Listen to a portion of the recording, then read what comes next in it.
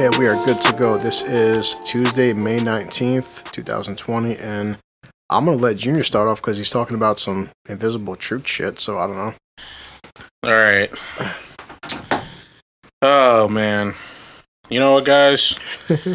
What's happening, blue-collar losers? Because you know what? It's not just the four of us that is blue-collar losers, but everybody else who works for a living and can barely live check to check. You're considered a blue-collar loser. My sister Jen isn't here because she was out kayaking. So, I mean, the good thing with Jen is she's so fat that if she falls off the kayak, she'll float to the top, so... Jesus Christ. Cold-blooded. So...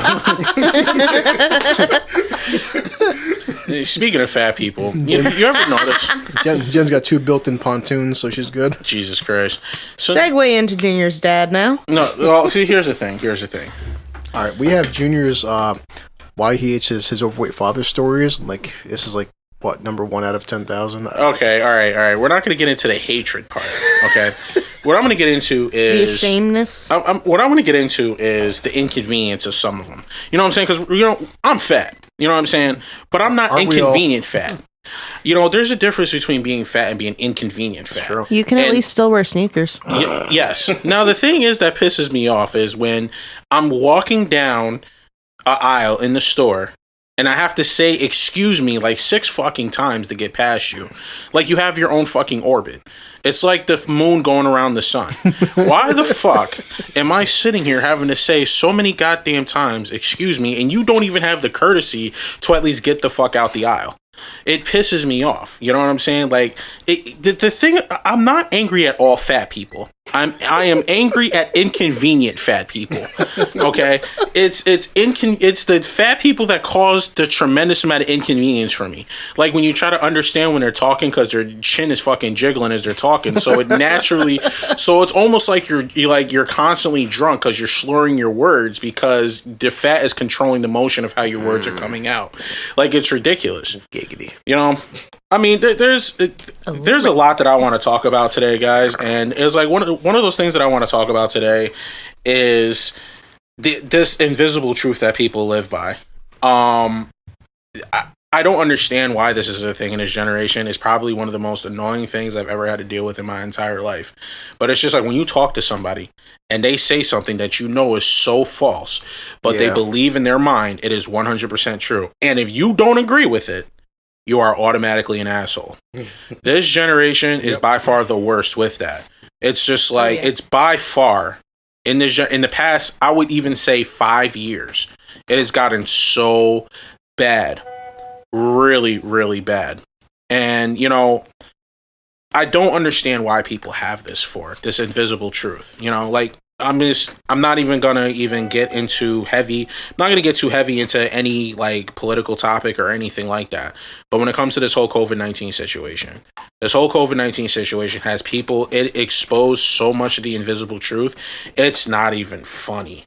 It's like, you know, when the face of this country can't even take accountability for anything he's done or he said, everybody else it's like every other entitled person who really just has this entitlement about them, like when they step into a retail place and they think they should get special treatment 24/7, or when you go into a cell phone store and you're 2 months behind on your bill, but you shouldn't be shut off, or if you go or when you go and you qualify for healthcare and you say, well, I'm a hardworking citizen, I shouldn't have to pay for healthcare premium. You know, it's entitled people. I'm sorry, but in a regular day and age, you're paying for something. You know what I'm saying? Not everything is free. As a matter of fact, 99% of things aren't free. I can tell you right now, the stimulus money that we're getting from the government isn't free. You think that, you know, this unemployment that you're getting isn't free. So the people who's getting extra $600, yeah, that's all well and good. But I can tell you right now, you're going to pay for it. When people sit there and do their taxes in 2021, when your tax deductible is sitting at $3,000 to $5,000, don't complain about it because you knew that this was coming. Because everything that you're getting right now is simply not free. Now to just, you know, rant back a little bit and get on topic, the invisible truth. What is the invisible truth? Why is the invisible truth so present in this generation? I can tell you right now that the invisible truth is present so heavily because of social media. Yeah. Because when you post media in general I'm not even going to go as far as like the protesters, because protesters will say that media is cancer, but they're only saying the media is cancer because they're only watching mainstream media. They're saying media is cancer because they watch a couple of videos on YouTube and think that they grasp 100% of the situation. They say media is cancer because they look at a link that's false, a fake website. They don't fact check anything. They just automatically say media is cancer. And those people are the real cancer. When you sit there and you look at the whole situation with COVID-19, there are so many people that are so misinformed that it's absolutely ridiculous. The amount of information and stuff like that that's going on, the seriousness of this pandemic, it's a pandemic. If it says the word pandemic, probably pretty serious. How many times in your life have you heard the word pandemic reach your ears, and how many shutdowns have you been through because of a pandemic? Probably a lot of people can say, especially when they're close to my age, being 31 years old, one. So obviously this is something that's serious. Are numbers inflated? Are things, going on behind the scenes? Of course. Now, if you say something like that, you're a conspiracy theorist, not the person that's actually chasing the truth. It's true. Now, you can't chasing the truth because people think that the truth is right in front of them. That's why it's the invisible truth, because the truth is something that has to be researched. The truth isn't the truth, especially if it's something coming from the government, isn't just sitting and smacking you right in the face, unless it's like an agenda that people don't seem to understand. Like, for example, when the first stimulus package passed, it was $2 trillion at first. Democrats stopped it. It became $2.2 trillion. Do people know why the extra $200 billion was added to the stimulus package? It was because they added $200 billion more to bailing out corporations. People say that, oh, well, that was going toward the American people. How was $200 billion that's bailing out major corporations going for the American people? A friend of Trump's benefited the most out of the 3 stimulus packages. He pocketed billions of dollars from the stimulus packages alone. So how is it for the American people? Because I can tell you right now, I didn't get $1 billion in my pocket. Nope. I can tell you right now, ain't nobody sitting in his room with me right now got $1 billion in their pocket. Facts. Yep. I can tell you right now that, we got one $1,200 check. While there's our allies around the world have gotten close to like 30, 40,000 in their pocket in the last 5 months while they've been shut down, because they're getting up to 7,000, up to 8,000, up to 9,000 a month. Specifically, Germany is giving their people up to $9,300 a month, and it was going on for 6 months. Yeah. Yet we got a one-time $1,200 check, and then they're passing a bill to give us a second $1,200 check, a total of $2,400. While Canada has been giving their people $2,000 a month for the last 4 months. While, in the UK, they were giving their people up to $3,500 every month for the past 6 months. But people don't see this. They say the government's looking out for us because we got a single $1,200 check, which for most people isn't even rent. It's amazing to me that people really go out of their way to act like that they know things. They act like that the government is looking out for us 100%. There was a couple of Democratic representatives that stood up. I watched this whole, when the $3 trillion Heroes Fund, the Heroes Act was, being presented. And one of the Democratic senators started yelling and throwing his hands all around, saying that, Republicans are not out for the people. Yet this is the same guy that denied giving people a monthly stimulus, instead giving another $1,200 check. So over the course of 3 months of this shutdown that's going to be happening before anybody even sees the light of day of working again, they say $2,400 in 3 months covers 3 months worth of bills. You know that in the New York State unemployment, when you look at it, they said grossing $41,000 a year is enough to take care of yourself and 3 teenagers. $41,000 a year. Chris, you say that you make $75,000 a year and you have 1 kid and you're living check to check. Yep. And it's like, some people would say, are you sure that you're not living outside of your means? Now, look, what is the idea of living outside of your means? You got people that spend $2,000 on their nails, but you make $17 an hour. Yeah, and just real quick too, I don't even have my own fucking place. I have roommates. I have family I stay with and stuff too.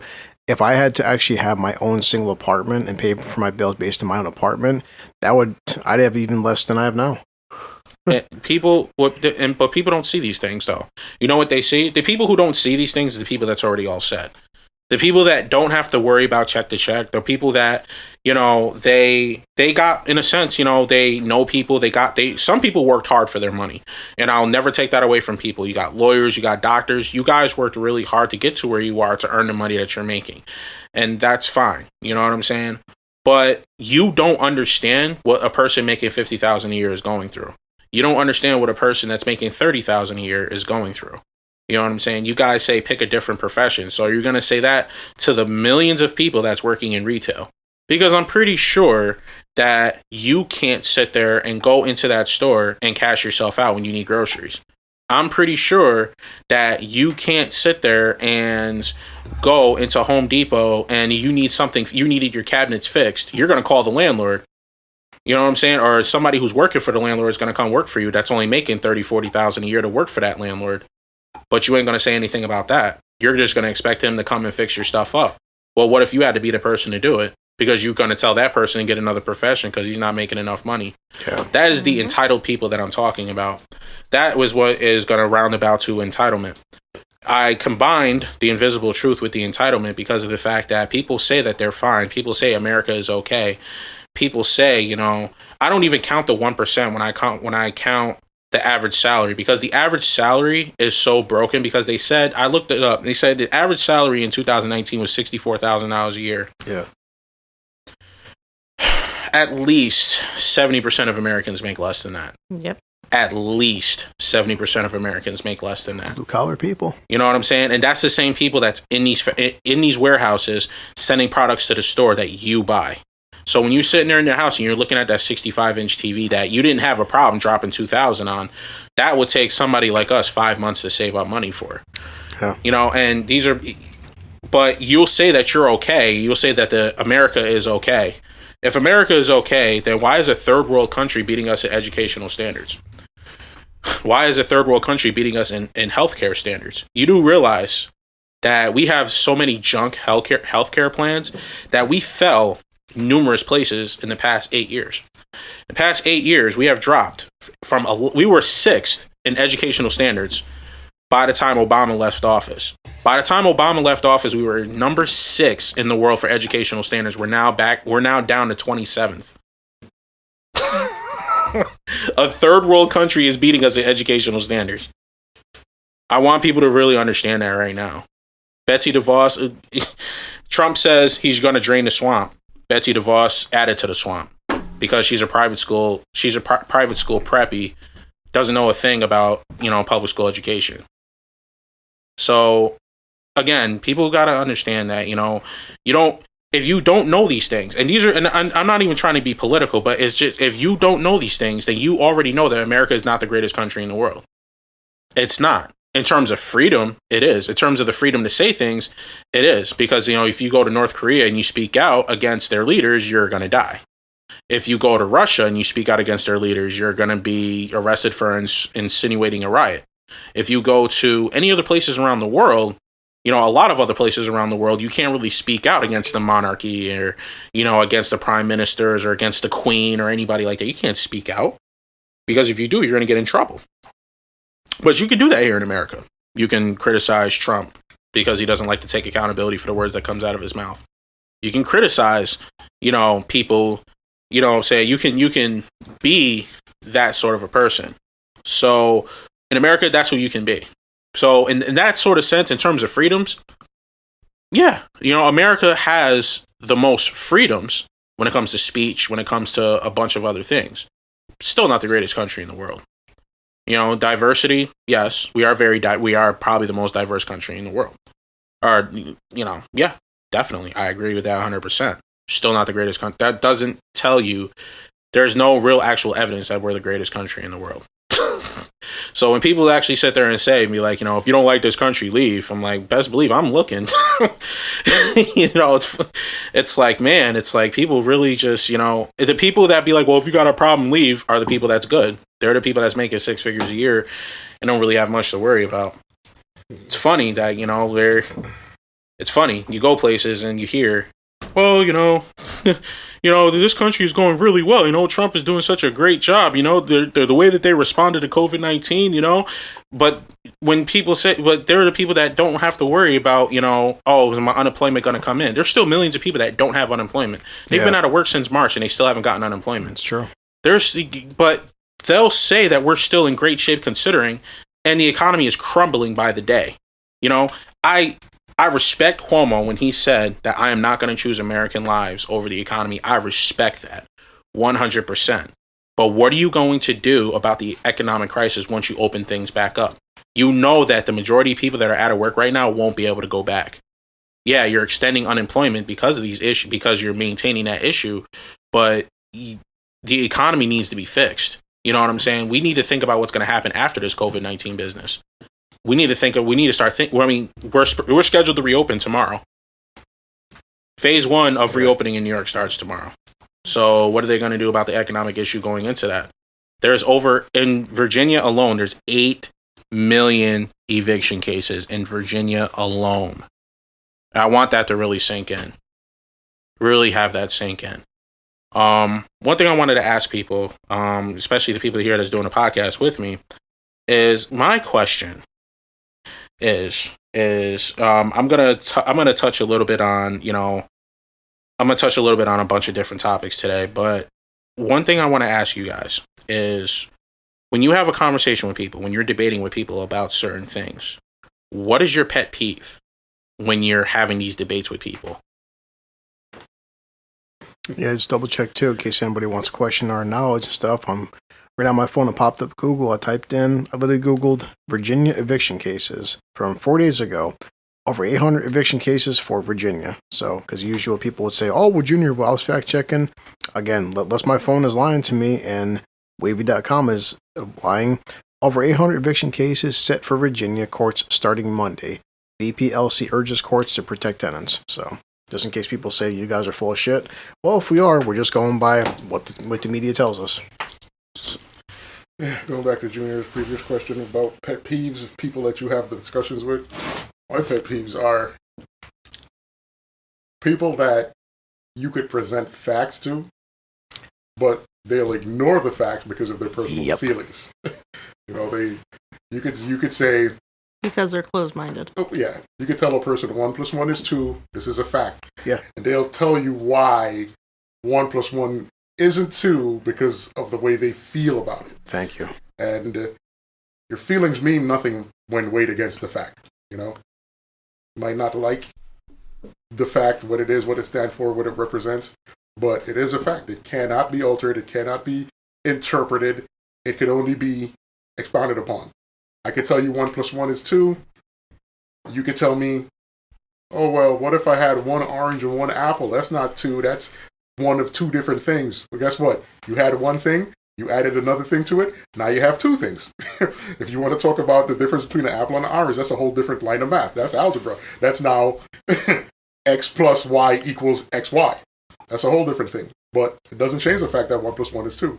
But people that have that mindset of, I don't like the way your fact made me feel, so I am going to ignore it.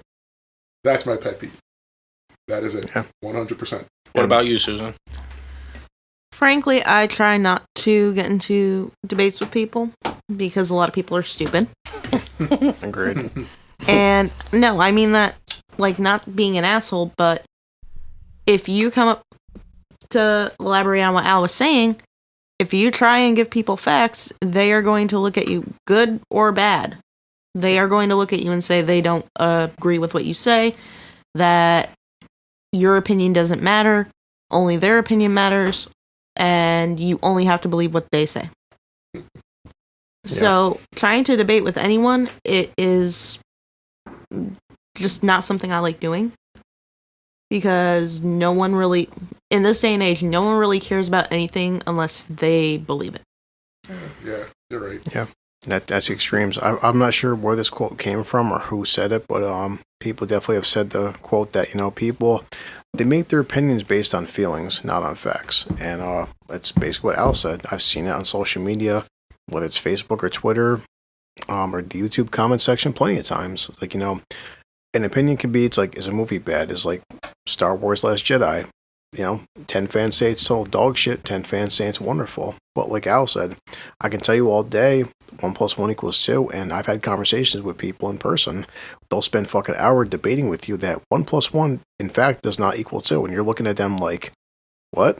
It's like you're just ignoring basic math and basic logic, and and those simple equations that just breaks down to everything from politics to movies to just general common sense. People, it's like I don't even know what to say about it anymore. Where it's like, that's why we said too, I will have a civil conversation with you. I will let you get your point across, but come at me with something that makes sense and provide to me facts that make sense, not some bullshit. Not because, and when you start ignoring my facts that are actually legit facts, then there's no point having this conversation anymore, because you've proven the fact that your opinion can't be changed, your mind can't be changed, because either you're ignorant, you're stupid, or flat out, you're just an asshole.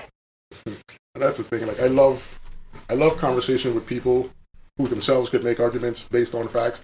So if I say something and you disagree with me, and you have a different set of statistics that back it up, and you have actual provable facts that support your argument, I would love to listen to them. And if I like people to change my mind. Like, if I see something and I think something is this way because of what I've seen, and you said, well, what you saw didn't represent the entire picture. This is what actually is going on. When you add this to it, it completes the whatever narrative was happening. I like to speak to people like that. I like to talk to people who themselves are knowledgeable, intellectual, smart enough to hold a conversation without letting your anger get the best of you. You know, it's a beautiful thing when two people can get together and have a decent conversation. Yes. One thing I hate people that get triggered easily, and then once they get triggered, the conversation goes from me trying to get you to see my perspective or my understanding or my take on it to just trying to shut down your opinion no matter what. Like, I've had conversations with people where I would say something and they wouldn't even listen to what I said. They just automatically want to gainsay any word that comes out of my mouth and just have a counterpoint or a counter argument. And at that point, it's not productive because we get nowhere. Because once that door is open, there's no closing it. We're immediately at the point of me not listening to you, you not listening to me. So from there on out, the conversation is stupid. It's pointless. Yeah. But I definitely like to have conversations with any people, any person, anybody that has a valid point and can back up the point.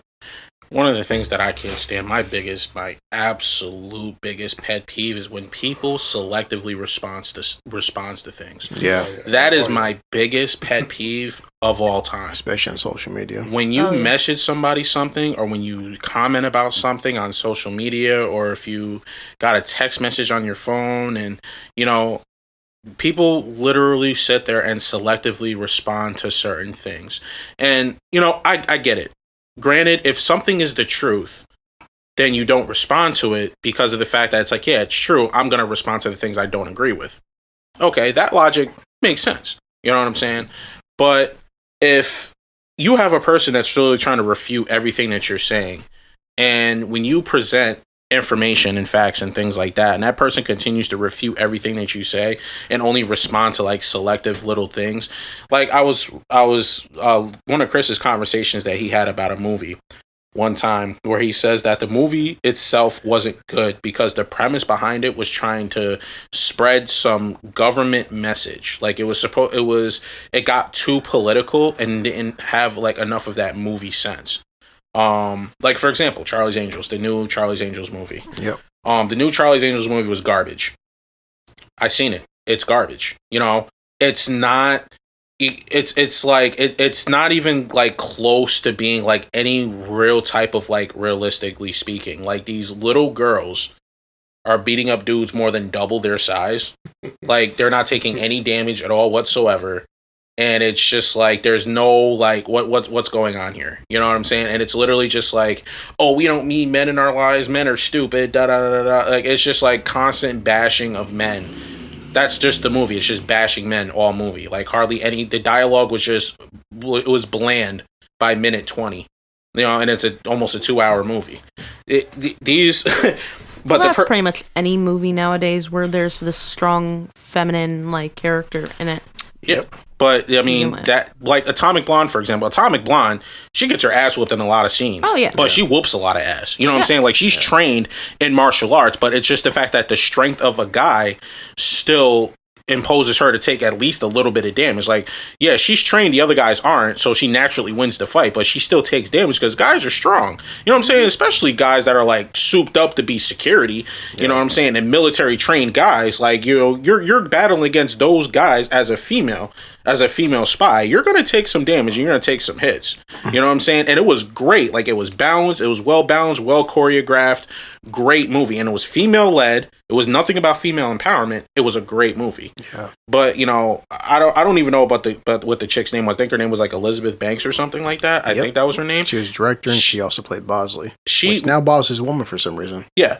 Which Okay, sure. Bosley never was a woman. So that's already, you know, there. So the narrative on there was already off. But then she sits there and says that men didn't like the movie because it was female led and they have a problem with empowering a female. Yeah. And it was just like, at that point, you know that you're not only dumb, but that's example of what I mean about this whole invisible truth shit. That's when it comes down to it. Because in your mind, you thought at that point that was the right thing to say. You thought that was okay. But here's the thing, that a lot of women didn't like it either. Now, Exactly. is their opinion based off the fact that they're men? This is one of those situations where you have to look at the broader picture. Is The movie sucked. it might it might just be that the movie didn't do well, and it's easier to blame men than to say I produced a bad movie. You know, like It's accountability. That's accountability. Lack of accountability. Yeah. But I can't even blame her because, let's be honest, that's not even something that only women have done. Men have done that too. Oh, yeah. A lot of men, but directors have been like, oh well, my movie didn't do well, and this is the reason, and passed off the blame on somebody else. My issue with women, like whenever a woman attempts to play into the whole women's empowerment thing and it doesn't work, and they fall to the default of, oh well, it's men's fault. My problem with that is, your message of women's empowerment is completely lost when you can't say, oh man, I messed up, let me just take the hit on the chin. I fucked up, guys. Let's try again and do better. Yep. When you fall into the default of, oh nah, you know what? The reason we failed is because men didn't support us. You take away from this whole women's empowerment thing that you were doing. An empowered woman isn't going to say, I tried and I failed because of a man. You know? Like, there's a lot of passing the blame going on already. Don't add to it with the fail of your attempt at women's empowerment, blaming men for it. That's just, you're being counterproductive. Yeah. It was on a side note that I told Susan about this, and I'll tell Junior and Al. And anybody who's listening, I'm a massive fan of The Critical Drinker. And The Critical Drinker did over the past 2 weeks, and I've listened to them to kill time at work. They're about 4-hour live streams, and I wouldn't expect everybody to listen to all of them. But if you're at work or you're doing chores or whatever, I suggest you listen to him. And the first stream he did was breaking down Terminator 1 and Terminator 2 and comparing why they were fucking classics ahead of their time and why you had women back then like Sarah Connor versus like the current Terminator films and how they're dog shit. The other live stream he did was Alien 1 and Aliens 2 with Sigourney Weaver, which again break down those two films compared to the rest of the Alien franchise, how they're dog shit compared to nowadays. The funny part is Alien 1, Aliens 2, and Terminator 1, Terminator 2 are led by female characters, and they're also directed by James Cameron and written by James Cameron.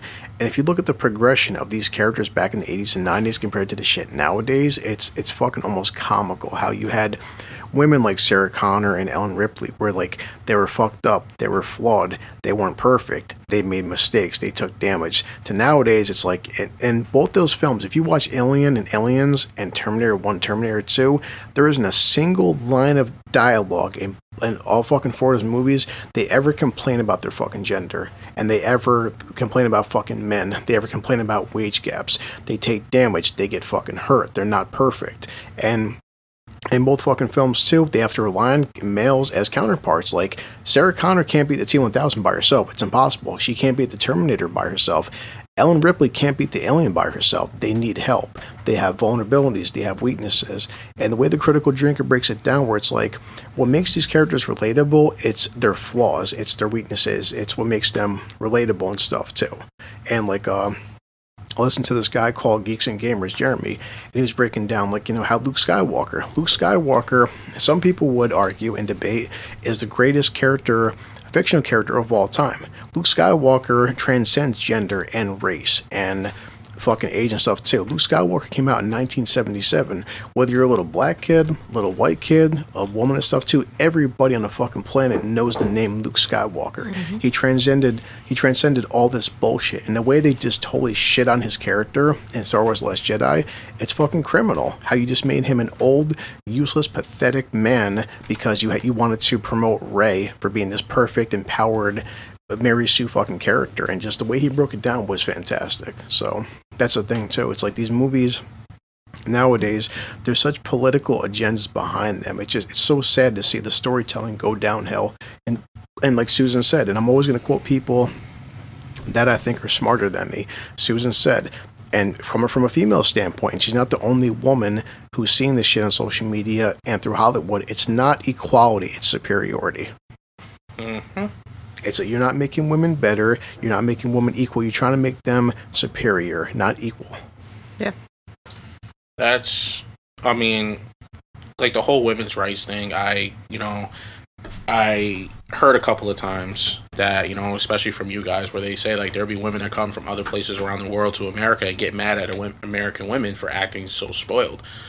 Because, there's still, to this day, places around the world where women get killed for doing certain things. Mm-hmm. And something simple things that what would be considered in America as minor. Thing, yeah. As minor. They'd lose their lives for it. Yeah. So it's like, like all these women that's talking back against men, you'd be shot in the head and killed.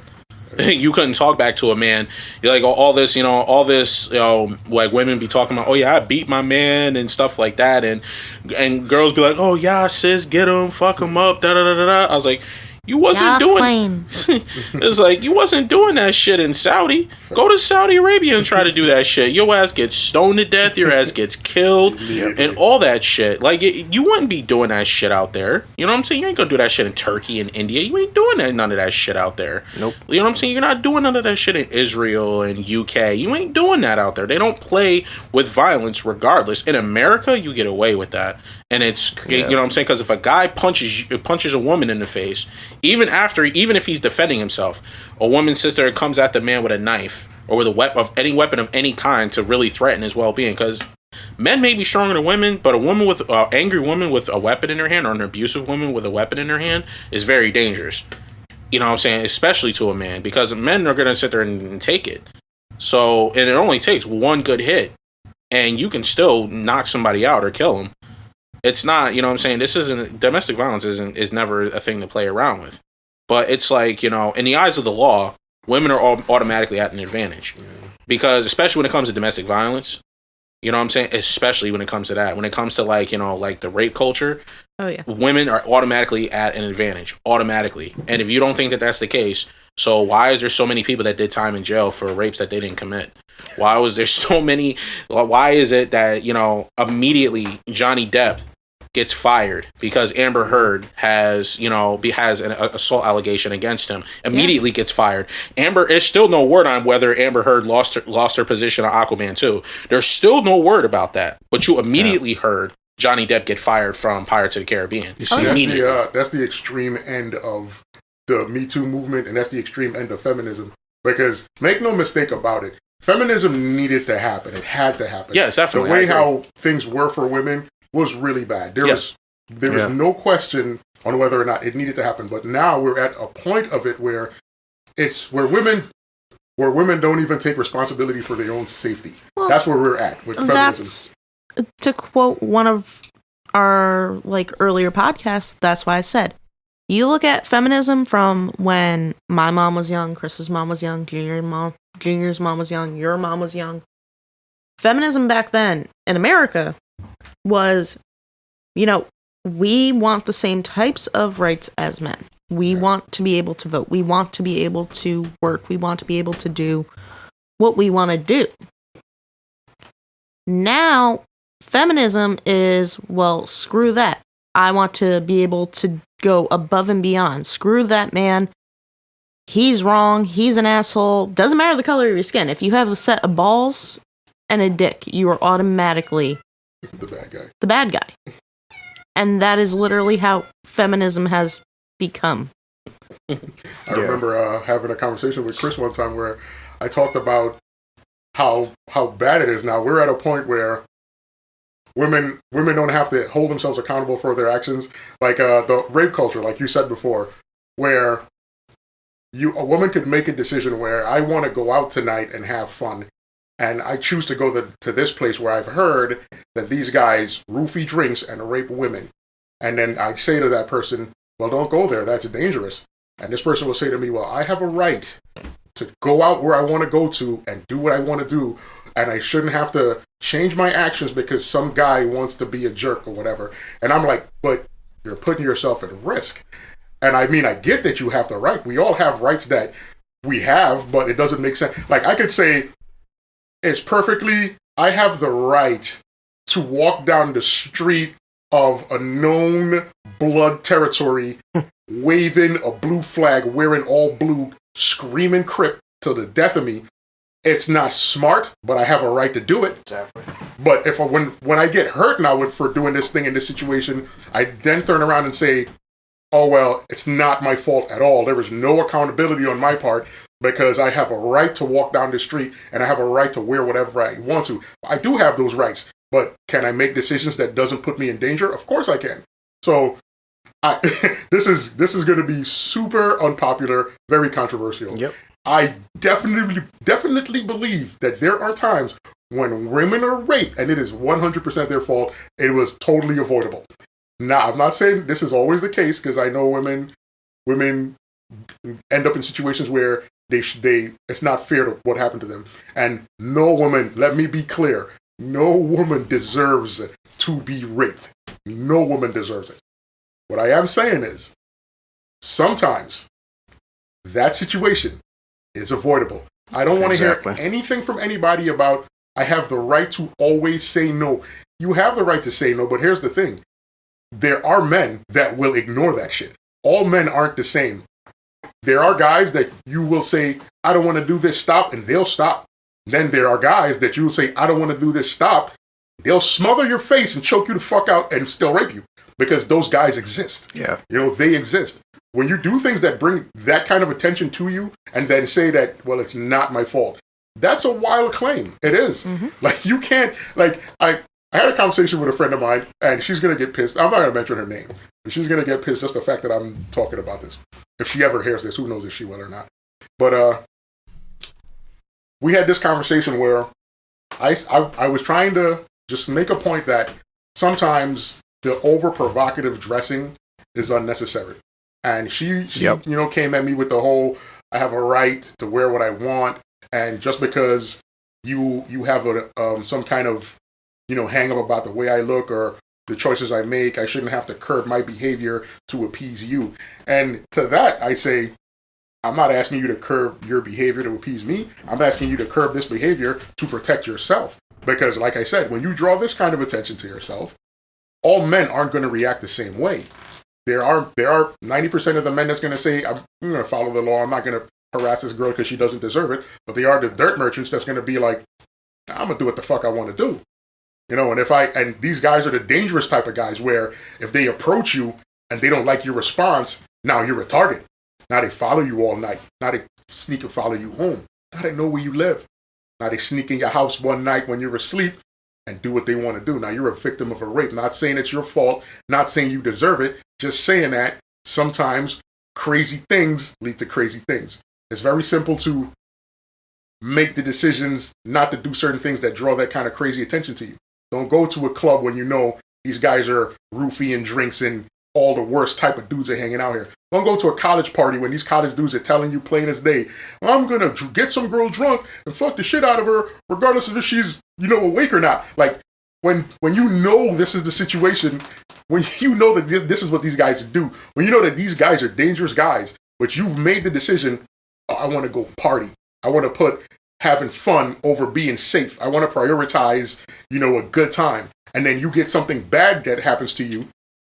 I just want you to understand that some of it is your fault. It's avoidable. Now, all rape isn't avoidable. This is just a fact. There are times where women are raped where they weren't out there doing anything to draw that attention, or minding their business, doing whatever they were doing, going to school, going to work, living a normal life, and some crazy, deranged, mental dirtbag stalks them and, violates them in the worst possible way that you could violate a woman. And like I said, they don't deserve that. And when that happens, if I'm ever on the jury for a guy charged with rape and that's the scenario, he's done for. If I'm ever walking down the street and I see a guy assaulting a girl, he's done for. I'm not accepting it. I'm not letting it slide. None of that. What I'm saying is, in terms of responsibility on a woman's part, you guys deserve to take more responsibility. You guys deserve to make some effort in protecting yourself. That I agree with that standpoint. I definitely agree with that standpoint. I'm going to add to that a little bit as well, and I'm going to throw another angle out there. It's that, a lot of women, they wait a while to report crimes that happen to them because of the fact that there's been so many fake allegations that's been going around that they feel like that if they go about it, that people aren't going to take her seriously. Oh, yeah. Because, you look at so many situations where, that assault wasn't real, that rape wasn't real, and it's just like it takes power away from women that it actually happens to. You know what I'm saying? And it's a sad thing. You know what I'm saying? It really is a sad thing. That's why it's like women who lie about getting raped and getting assaulted should be arrested. Like they need to be facing some sort of felony because that's not cool. You will literally destroy a man's life. Not only that, for fake allegations. Not only that, but they play into the whole stigma of the reason that a lot of men don't believe in rape is because there are some men who go through that experience of being accused when they didn't actually do anything. Being accused because this girl is upset because you liked her at one point, you don't like her anymore, or maybe you slept with her friend, or maybe you slept with a family member, or maybe you lied to her just to use her, or whatever the case is. Not saying any of these things are right, but just saying that some women, and this happened, will react, they'll become very emotional, very volatile, and react in the worst possible way. Women have, let me not say women have, because men do this shit too, but a lot of times when a woman says, this guy raped me, or he did this to me, or whatever, it's out of a place of anger, and it's out of a place of being, highly emotional. You're not going to do this to me. I loved you. I gave you this time. I gave you my body, and now you want to do this. I'm not going to let you get away with it. And it's not, I'm not saying the dude did whatever he did should be excused, but to put him in jail and hit him with a rape charge because you're upset is the worst thing you could do. Yeah. Because what that creates to all his friends and families and all the men that know him, that knows you're crazy and witnessed everything go down, now all these people are spreading this message of women lie about rape. And when you speak to people, when you hear all these messages of all the things that men have went through because this girl was upset and she lied about it, it just came out of a place of emotion and anger, and she lied about this rape. It makes a lot of men sit back and say to themselves, yo, that could be me. Like, I could get my whole life taken away because some girl is mad at me over something. Now the thing that makes the thing that makes it terrible is that there are women that go through real trauma. There are women that are really raped, that go through some harsh shit. And then those women are stuck in a situation where, do I say something? Because if I say something, first off, I'm bringing everybody into something very personal and very hurtful that happened to me. I have to let the whole world in on this thing that happened. And then after that, I have to deal with whether or not I'm going to be believed. Because there's so many people out here screaming wolf that the women that actually do get raped have to deal with more trauma on top of being raped, because you have to expose yourself all over again after being violated. And then you have to deal with whether or not you'll actually be believed after you've been violated. So is it worth it? Is it fair to those women who really have to deal with it? Because some women cry rape. Some women want to, this is the scary thing, is that there are dangerous men out there. There are rapists. There are guys out there doing really shitty things to women. And a lot of those guys get to get away with it because the women that are real victims don't do anything about it because they're terrified of the repercussions, of how society's going to react. Exactly. You have these girls out here that just get angry or get emotional and be like, oh, this guy raped me. Oh, you going to do that to me? Oh, no, I'm going to teach you a lesson. Rape. Or you're going to go or go to the cops and be like, oh, he punched me in the face. Yeah. You know what I'm saying? Or go, or you just about anything, to press charges on them and stuff like that. Because when you're trying to do that just out of the emotion, not out of the actual crime, is like you said, that does more damage than good. Extremely more damage than good. Yeah. And on the flip side, there's just really quick on the flip side, let's look at it from a man's point of view now. It's really rare that a man is going to sit there and accuse a woman of sexual assault. And the reason for that is because of the fact that you know how social media is. Social media tried to shred Johnny Depp over the whole Amber Heard situation. Shred him, right? Now, Cardi B went on Instagram years back, openly said, I remember this. Openly said, I drugged, raped, and robbed men. Openly on Instagram Live. No case was made from it because no guy came forward. Yeah. Because can you imagine what the world would say if a guy was to sit there and say, oh, well, you know, hey, Cardi B raped me. They'd be like, get the fuck out of here. You know you wanted to fuck Cardi B. Yeah. You know what's messed up about it? First of all, I like to say shout out to the women that advocate for men. But you know what's terrible about that is that you're 100% right. If a dude, you think about all the dudes you know and how we're taught to always be macho. We're never supposed to, like, if we're terrified of something, we're not supposed to show fear. If we're in pain, we're not supposed to cry. If things are falling apart in our life, we're always supposed to maintain this image of everything's fine. Like, that's what the image of a man is. You got to be tough as bricks all the time. Yep. You know, you can't eat, like, this slightest hint of emotion makes you weak, makes you vulnerable. Now, the wild shit about that is, even knowing that in society, that's the way things are, men, for some reason, still will embarrass men over the dumbest shit. Yeah. It's like Junior was just saying, if any dude ever came out, because I'm willing to bet that these dudes that she did these things to, some of these dudes were, you know, street dudes, some of these dudes were drug dealers, gun runners, whatever. These dudes can never, ever risk the damage to their reputation of telling somebody, you know, Cardi B raped me.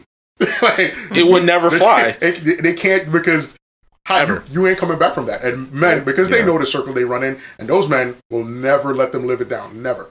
It'll never go away. And that's the situation that most men are in. Like, when men are abused by women, and like 90% of the times, understand that a man that's being abused by a woman, it comes from a place of, I love this woman, I never want to hurt her. She's not really hurting me, even though she's leaving bruises, so I'm not going to react.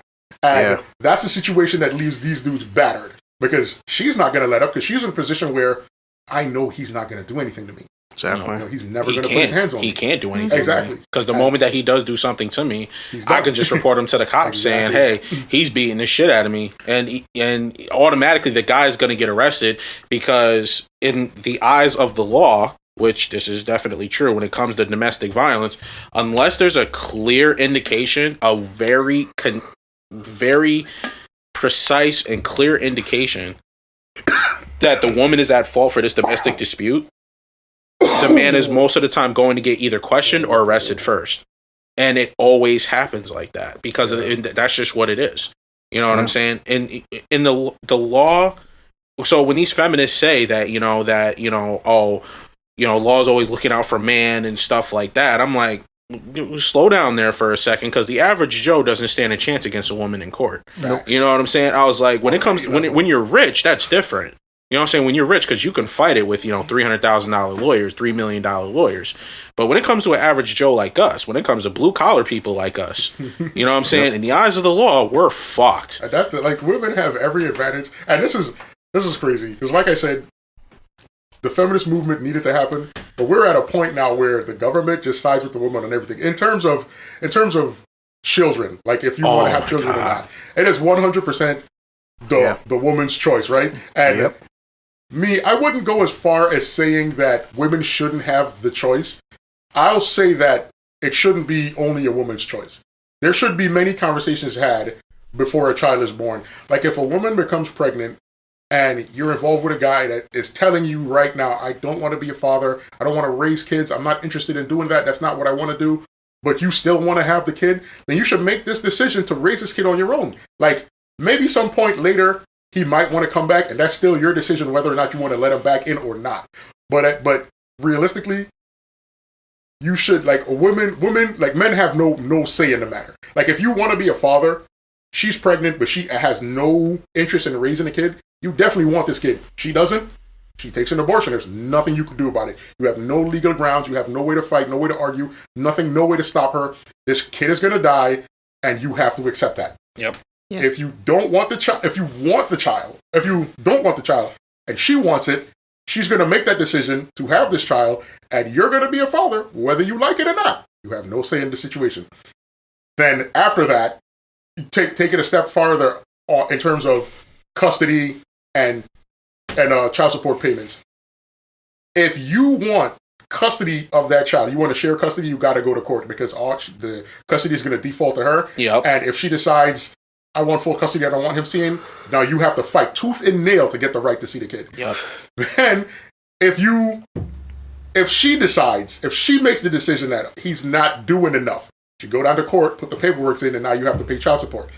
Right? You don't have any say in these matters. If the kid is yours legally, if they could do a DNA test and prove it's yours, whether you want to be a father or not, whether you want to raise a kid or not, you're going to get hit with these child support papers. And if you can't pay this child support, there are other penalties coming down the line. Right? So there's a lot of power that women swing with, and they say they don't have the power, but they do. On top of that, if there's any domestic abuse, like Junior was saying earlier, the minute the cops show up on the scene, you could be covered in blood, and she could be standing over there with a single scratch and say, he was beating my ass, and they're going to slap cuffs on you. Exactly. They're going to slap cuffs on you. You're going down. Yep. Because they automatically side with the women. Automatically. Now, I don't just want to gripe about this to make it seem like women have it all good, because they don't. There's a lot of places where they get the short end of the stick. But right now, in this modern era where they continuously claim we're not equal, it's not true. It's not true. As an American female, American women have it better than any other women on the planet. That is a fact, hands down. Oh yeah. That's just what it is. Yep. Yeah. We're not trying to bash women or anything like that. Bashing women at all. We're not bashing women or anything at all. If anything, we're just bashing the radical feminists that think that, women don't have anything when they have probably the most amount of rights in this world, like you said, the most rights in this world.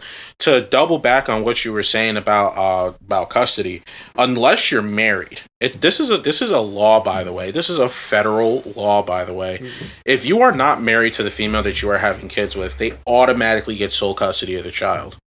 It doesn't matter whether you sign a birth certificate or not. If you are not legally married to her and you have kids, it's automatically sole custody to the female if you guys were to go to family court. Automatically. So it's not automatically deferred to the guy. It's automatically to the woman. All right? So we can get that straight right now.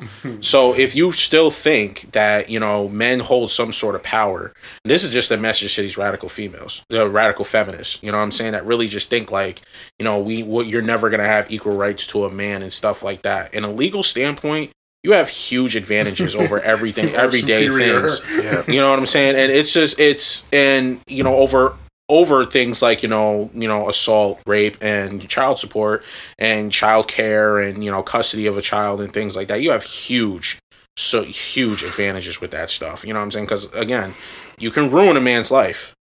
You literally have the power to ruin a man's life just off of an allegation. Yeah. Off of an accusation and an allegation. You ruin a man's life immediately. And the sad thing is, a lot of times when women set out to ruin your life, they know that they can ruin your life. They know they can, and they set out to do it. And it's out of a place of just maliciousness. It's like, I'm not saying a lot of times they don't have a reason to be hurt or upset, because 90% of the times they do. This guy has hurt them, and he's done shit. But this is the repercussions can't be, I'm upset with you, so I'm going to ruin your life. Because if that's where we are, understand that men don't have a lot of outlets. So some men are going to resort to doing the most extreme thing, which is killing the woman. And it's happened, right? Yeah. It's crazy. It's crazy when it happens. It shouldn't happen. Murder shouldn't be the only outlet for men, but a lot of times it is. Those men have to now go to jail and do the rest of their life because they made a stupid mistake. And not advocating for murder here, just saying that there's always a thing that takes a person to that place. You got to acknowledge everything in between. Yeah. Mm-hmm. A person was pushed to that level. Yeah. They didn't just do that because they enjoyed it. They didn't just wake up one day and was like, I'm going to kill this bitch. No, he got pushed to that place. And his actions were stupid. They were crazy because of his dumb actions, he's got to spend the rest of his life paying for this stupid mistake.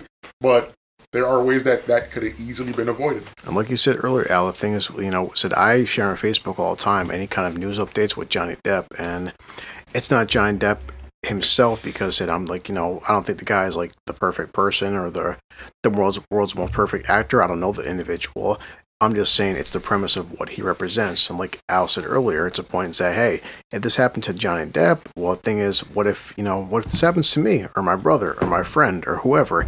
The thing is, your brother, your friend, your coworker, they don't have the fucking lawyers that Johnny Depp can afford. Facts. So it's like, so Johnny Depp, he may be able to fucking beat this shit with Amber Heard, and it keeps coming out every other fucking day, every once a week, more and more stuff proving that she lied her fucking ass off, but he was lucky enough to have witnesses, to have, access to stuff we don't have. He has makeup artists, he has friends, he has just all the different situations, resources that we don't have. And so it's bigger than just Johnny Depp per se. It's the representation of what's happening to Johnny Depp. But also, as somebody who's dated people and somebody who's dated a lot of females who've had a lot of traumatic experiences, so like Al was saying earlier, it's not so much that blaming somebody, we're not victim blaming by any stretch of the imagination. But if your boyfriend beats the fuck out of you once, it's one thing. Twice, and there's a cycle of forgiveness, of understanding, or whatever.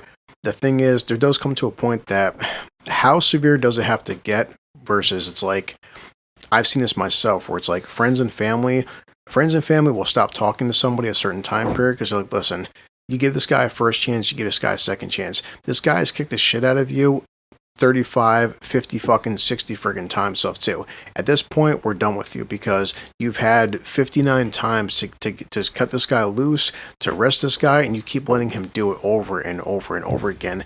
At some point, when are you going to take a certain part of accountability for yourself?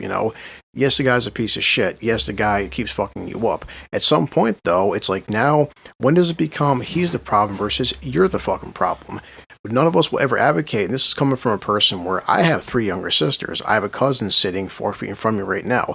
If my cousin Susan said this guy kicked my ass, all 3 of us are gonna fuck end this man's life. If not end this man's life, pretty much fucking comatize him. If she takes him back, we're gonna be pissed off. If he beats her up 25, 35 more times, at a certain point we're like, Susan, for Christ's sakes, this guy's beating you 35 fucking times. At this point, we know he's a piece of shit, okay? At this point, when it's become you're just as much of the fucking problem as he's the fucking problem. This situation where him constantly fucking beating you, this shit could be avoided, but now it's become you're just as bad as he is. So like Al was saying with this whole fucking rape situation and victim situation, yes, we're not advocating fucking rape or a rape person, but too, these situations, they don't have to escalate to the point of fucking rape when you yourself have to some point take some form of accountability for this shit, because you didn't have to put yourself in this situation. Susan's seeing this shit firsthand with, like, we'll just take Harvey Weinstein as a prime example, because he's a well-known name. If you walk in a hotel room and stuff too, and the door is open, and the guy walks out in a robe with his dick hanging out, you could shut the fucking door and walk out. So you don't have to sit there, oh, hey, Harvey, what's up? Shut the door, sit down. If you have a friend with you and he says, hey, listen, you have to suck my dick for a movie role, you could get the fuck up, you and your friend, walk out and leave. Simple as fucking that. Facts. But at some point too, it's when does it become, at this point, we already know Harvey Weinstein's a piece of shit, or Bill Cosby's a piece of shit. But that fucking point, how much does it have to stretch where it's like, they're not the only fucking problem? It's like, you can only victim blame so fucking much. Well, that goes back to what I was saying yet again in earlier podcasts, when Pamela Anderson she did a full article about this. Now, Pamela Anderson is no saint. She's had her fair share of crappy relationships, but that's the thing. They were her crappy relationships. She made the very valid point of, she learned early on, her mom was afraid for her to go to Hollywood. She's like, I know what they do to young girls in Hollywood. She's like, Mom, I'm not going to let that happen to myself. And she didn't. And she said in the interview flat out, she's like, you learn early on who to stay away from. Yeah. She's like, it may hurt your career, but in the end, do you really want to become famous and have to deal with the fact that you let this man put his hands on you? Exactly. When you could have stopped the situation in the first place. You're the one that's got to live with the decisions that you make. Like, especially too in that kind of industry, and everyone knows too. I've listened to different actors and interviews. When you're a well-known scumbag, yes, I mean, nowadays it's different because now we have, again, social media. Like Junior would say, we have Twitter, we have Instagram, we have Facebook, we have, right now, at any point in history, we have the most access to celebrities that we've never had before. However, 10 or 15 years ago, John Q. Public, all of us didn't know about this. However, if you worked in the industry, all of us know this.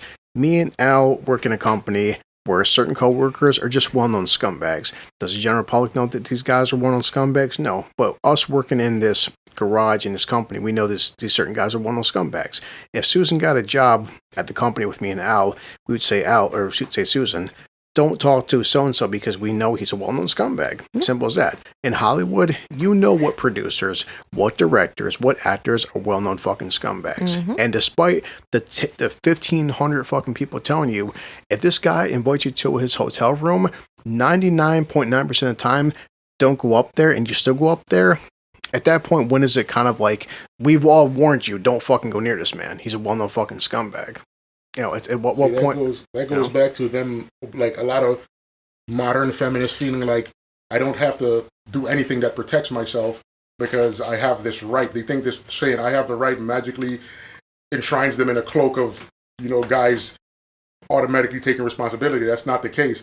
Guys are still going to be dirtbags. There's still guys that are going to break the law, especially when you take somebody that is wealthy and powerful and has done this for decades. Exactly. He at this point in his life is ignoring the law.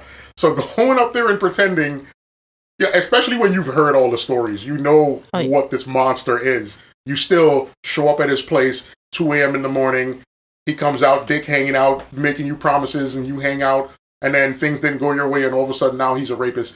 That's on you. The onus is on you to not let this guy destroy you or use you in any way.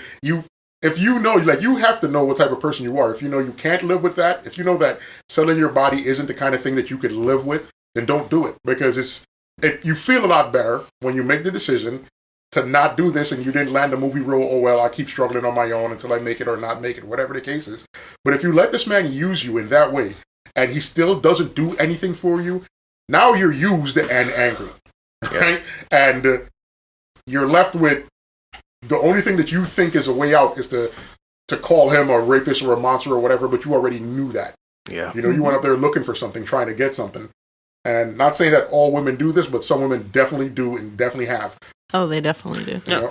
It's a funny-ass quote. Say what you want to, but first Pirates of the Caribbean movie, Captain Jack Sparrow, Johnny Depp, Johnny Depp towards fucking Will and said one of the best quotes of the entire franchise was Jack Sparrow looks at me, he says, you can always count on a dishonest man to be dishonest. Facts. Simple as that. And that's one thing because and Will was talking to Jack Sparrow about why he deals with the certain people he does with for, and he's like, and it's basically you can always fucking trust a thief to be a thief. Simple as fucking that. So it's like, again, if you know this person's a well-known scumbag, you can trust that this guy is going to be a well-known scumbag.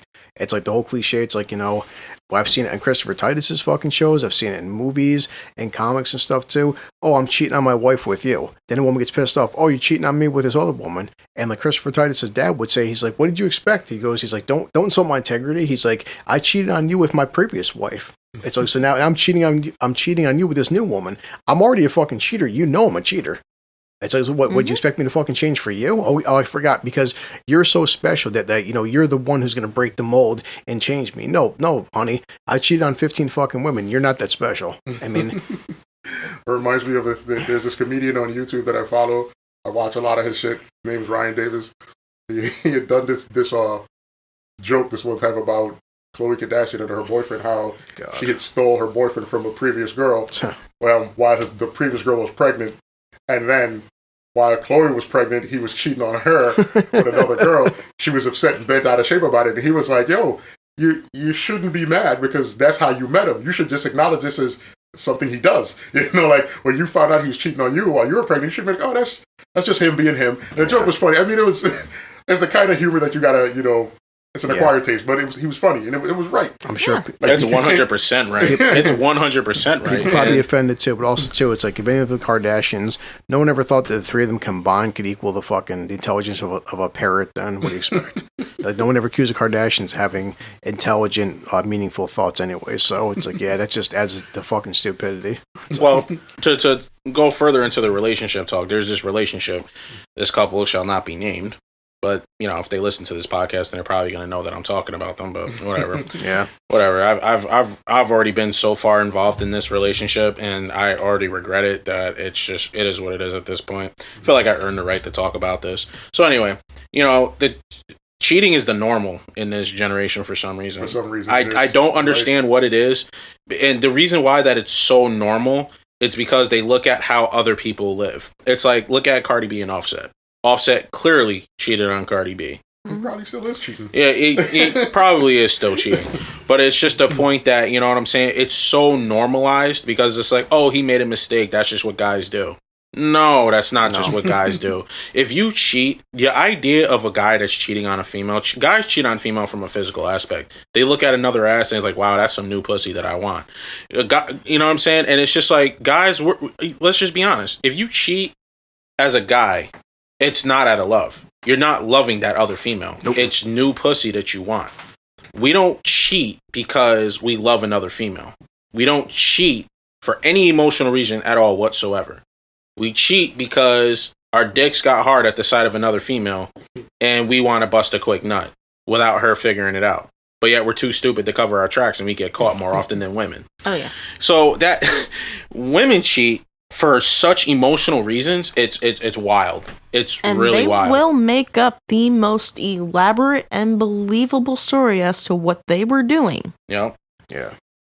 You know, they don't get caught. This is the wild thing. Some women, there are times where women will cheat on a man simply because they're done with this man, but they have no way of saying it. Well, they don't. It's not even that they have no way of saying it. They're so beyond caring. They don't even care to like tell them that they're done. Yeah. Like I had a friend who had this experience of his girl just starting to date another guy. Just one day it was like, I'm going out with so and so, just out the blue, and I'm like, yo, that's wild. Yeah. That was like one of the wildest things I've ever seen. Yeah. But some women will just get frustrated to the point of, I'm not even wasting the time to have a conversation about being done with you. Like, we're just done.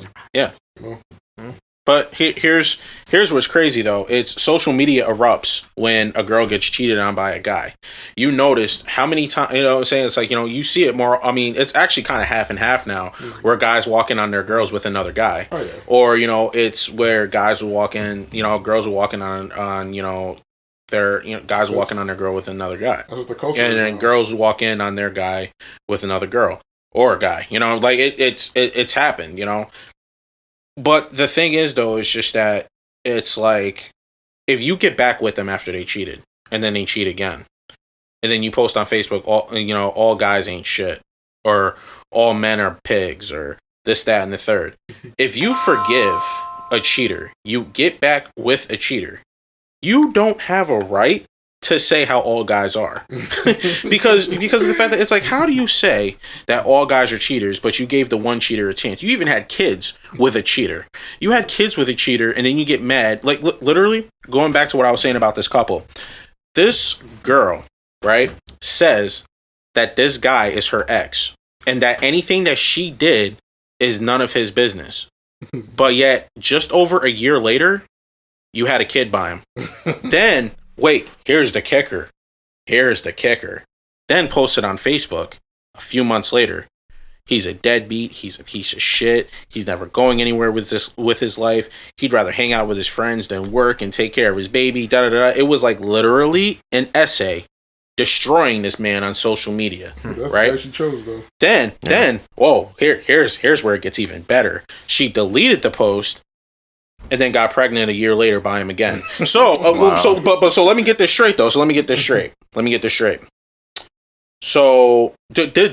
of this is her fault, though. By the way, none of this is her fault. She doesn't have to take any sort of responsibility for any of her actions in this situation, right?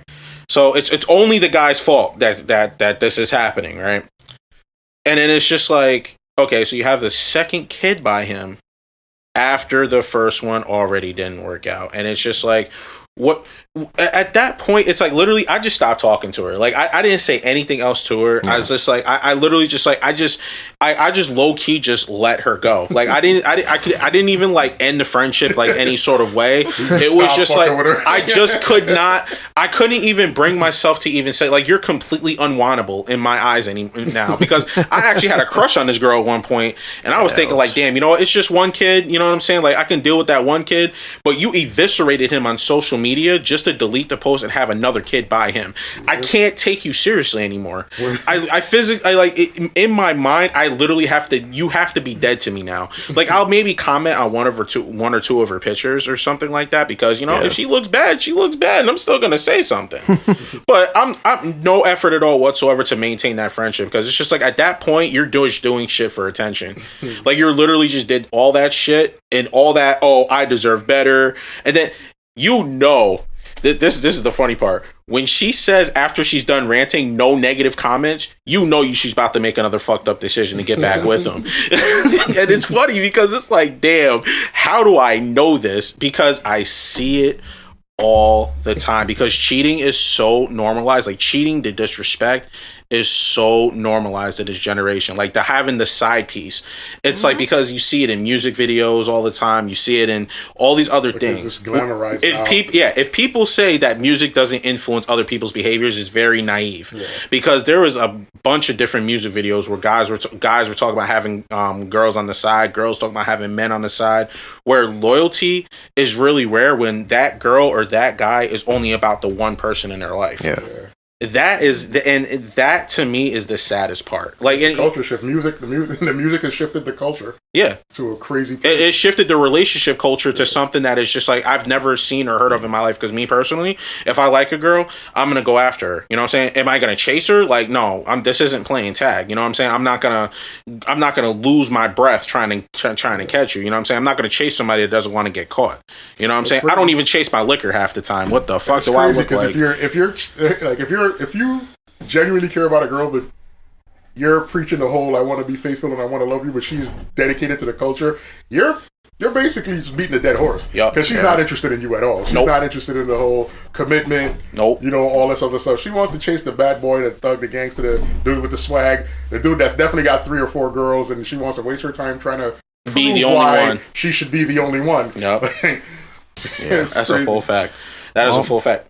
The cliche and the saying, which is I still find funny to this day, is that say what you want, but it's like for every hot woman, there's a guy who's bored of fucking her. And I've heard that a lot, because people would sit there and say like, you know, oh my god, look at Halle Berry. I think Halle Berry is one of like the top 3 fucking most beautiful women on the planet, and Halle Berry can't keep a man. Halle Berry keeps going through, guys keep cheating on her, and thinking guys like 3 of us, and probably even fucking Susan. It's like, if I had Halle Berry, Jesus Christ, I would never. See what happens? I can't speak about Halle Berry to that extent because I don't know her, but I can tell you this. I know like there's a lot of girls who are very attractive, and when you know that you're attractive, when you're super hot and every guy you've met tells you you're super hot, that does something to your head psychologically. There's no way it doesn't affect you, right? And those girls never take the time to even develop any further any kind of personality or whatever, because they're hot and guys are just going to keep trying. And then guys meet her, she's like, oh, this girl's hot, I want to date. You date her and you realize there is nothing here other than her being hot. What the fuck am I doing here? So then you start looking elsewhere, and that's how hot girls end up single or constantly cheated on. Because you have nothing to offer but your hotness. I mean, take Jennifer Aniston. Probably Jennifer Aniston's turned 51 years old, and for a 50-year-old woman, she's fucking more gorgeous than she's ever been and stuff. And everyone's like, how's Jennifer Aniston turned 51, 52, never been married? Why can't she keep a fucking man for her?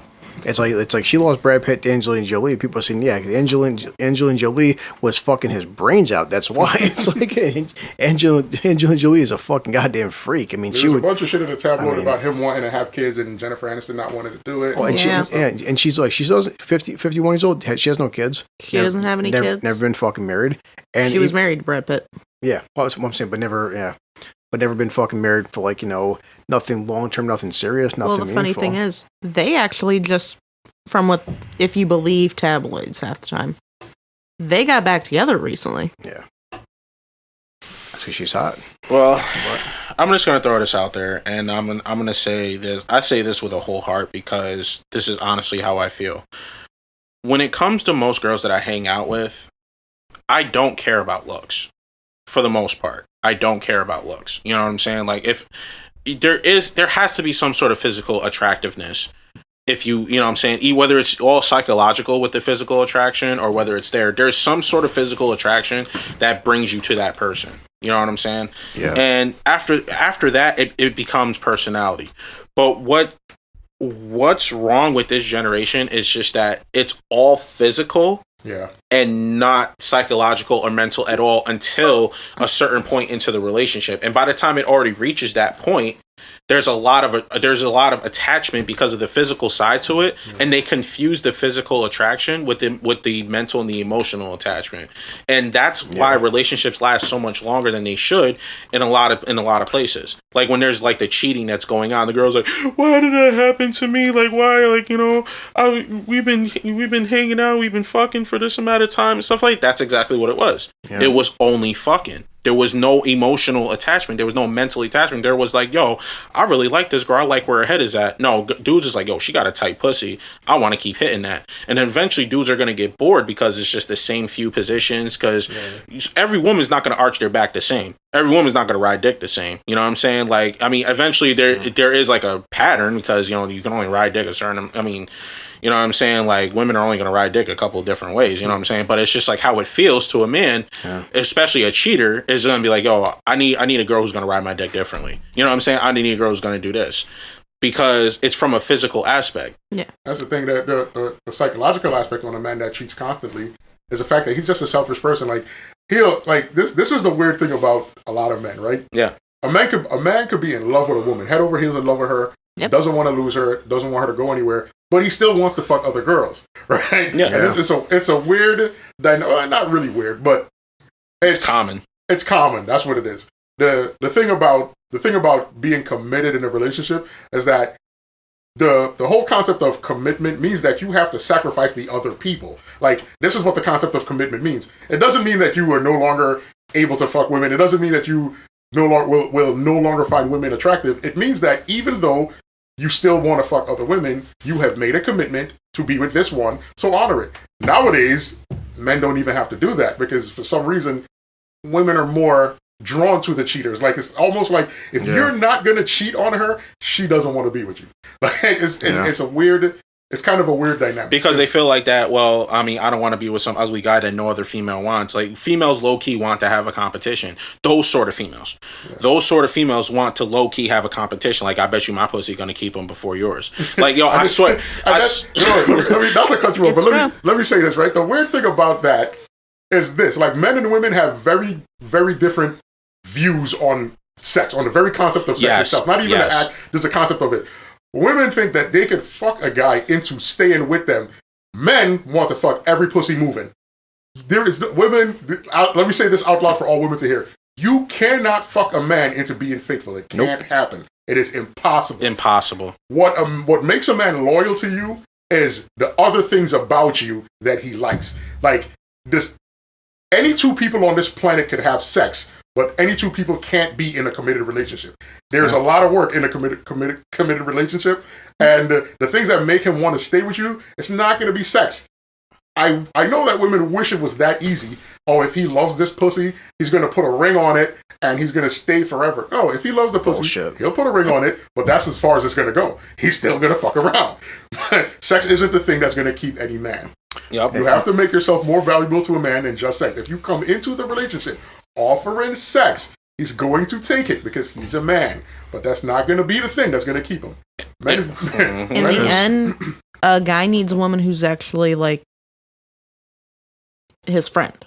Facts. Yeah. Like that, and that's a weird dynamic. That's the thing that I've had several conversations with several of my female friends where women and men also view that in a different way. Because women don't really want to fuck the guy they see as a friend. And men only want to fuck the girl that they see as a friend. Like, in order for you to connect with a man, he has to see you as his friend. For a lot of women, if they don't feel you that much, you get friend zoned. When you become the female friend, you're not getting pussy. Yeah. You're not getting no chance of the relationship. You're not getting nothing. For men, it's the polar opposite. You got to be his friend. He's got to be able to sit down and fucking watch anime with you, play video games with you, go to the mall with you, go hiking with you. He has got to want to come home and talk to you first when some shit happens that either excites him or upsets him. You've got to be his friend. He's got to see you as the number one friend. And that's the guy that's fucking with you ride or die. If he doesn't make that connection, it's not happening. You're just gonna be the girl he's fucking until he finds the next girl he's fucking. Yeah. But and it's a weird situation in the way men and women view sex. But it is what it is. It's never gonna change. Well, it could change, but it's not gonna change anytime soon. Because the scary part, and you have to accept this or not accept it, it's your viewpoint. But like Al was saying, if he's not your friend, if you think to yourself that I'm gonna fuck this man till this pussy is mine or his, and he doesn't want to move on. Thing is, eventually, your body's going to age. You're going to age, your looks are going to change too. And thing is, if you're 40 years old and say he's even 50 years old, and then you turn 50, turn 60, there's plenty of guys out there who are 60 years old and they're fucking a 25-year-old. Because as good as your fucking pussy is at 50, you can't compare it to that chick who's 25. That's as simple as that. And it could be that's biology. Because even look at nature too. The average woman, there have been exceptions. There have been records set. Most women go through menopause in their 40s, fucking 50. We're pushing and stuff too. There is men out there right now who are giving birth, who are becoming first-time fathers at 75 years old. That's nature. That's biology. A 75-year-old man can still impregnate an 18-year-old girl. Now reverse that. There's no 18-year-old fucking man that's impregnating a 75-year-old woman. That's nature. That's fucking statistics right there. Like it could happen, but special steps have to be taken. Like a 75-year-old woman could become pregnant, but there are a lot of fucking medical procedures and steps that are involved. Like it doesn't happen naturally. And it's on a regular creepy. basis. And it's kind of weird. Like, that's weird. Kind of weird. That is weird as fuck. I listen to Howard Stern's house. I listen to fucking Howard. He has Ronnie the limo driver. People make the jokes all the time. Ronnie right now too is 71 years old. His fiance is 36 years old. He's literally, he could be like, no bullshit, he could be her grandfather. Call it what is shit too. It's like, it's, but like I was saying too, the thing is, if you are a friend to this man, if you are a best friend, if you are a provider and stuff too, if you're 50 and say he's 60, or if you're both 50 years old, if some hot little 30, 35-year-old woman comes along, if all she can offer is sex, if you've been with this guy for 20, 30, 40 years, if you can provide for him stuff that a 20-year-old, a 25-year-old girl woman can't provide for him, he'll be fine. But if the past 20 years, if all you've provided for him is fucking sex, guess what? That sex you provided, again, your 50-year-old body can't compare to that woman, that fucking girl who's 25. It's true. A large mistake that a lot of people make, I'm no guru. I don't know much about this other than the things I've personally experienced in my life. But there are people I know who get together, and in the beginning it was a physical attraction. It was like, oh man, I love the way you look. I love the way we fuck. I like all this stuff. This is going to be great. And then they get together, and then 4 years down the line, it's like, I can't stand this motherfucker. It's because you attempted to build a relationship on the premise of our sexual attraction to each other, which cannot the sexual attraction does not last. Nature designed it that way for this reason. If we're not going to work out in terms of how good we can fuck for however many what's the point of staying together? You meet each other, you're attracted together, you procreate, you move on. That's the way it's engineered by nature. Y'all come together because you like each other, the physicality, y'all reproduce, produce offspring, and go y'all separate ways. That's the way nature has it.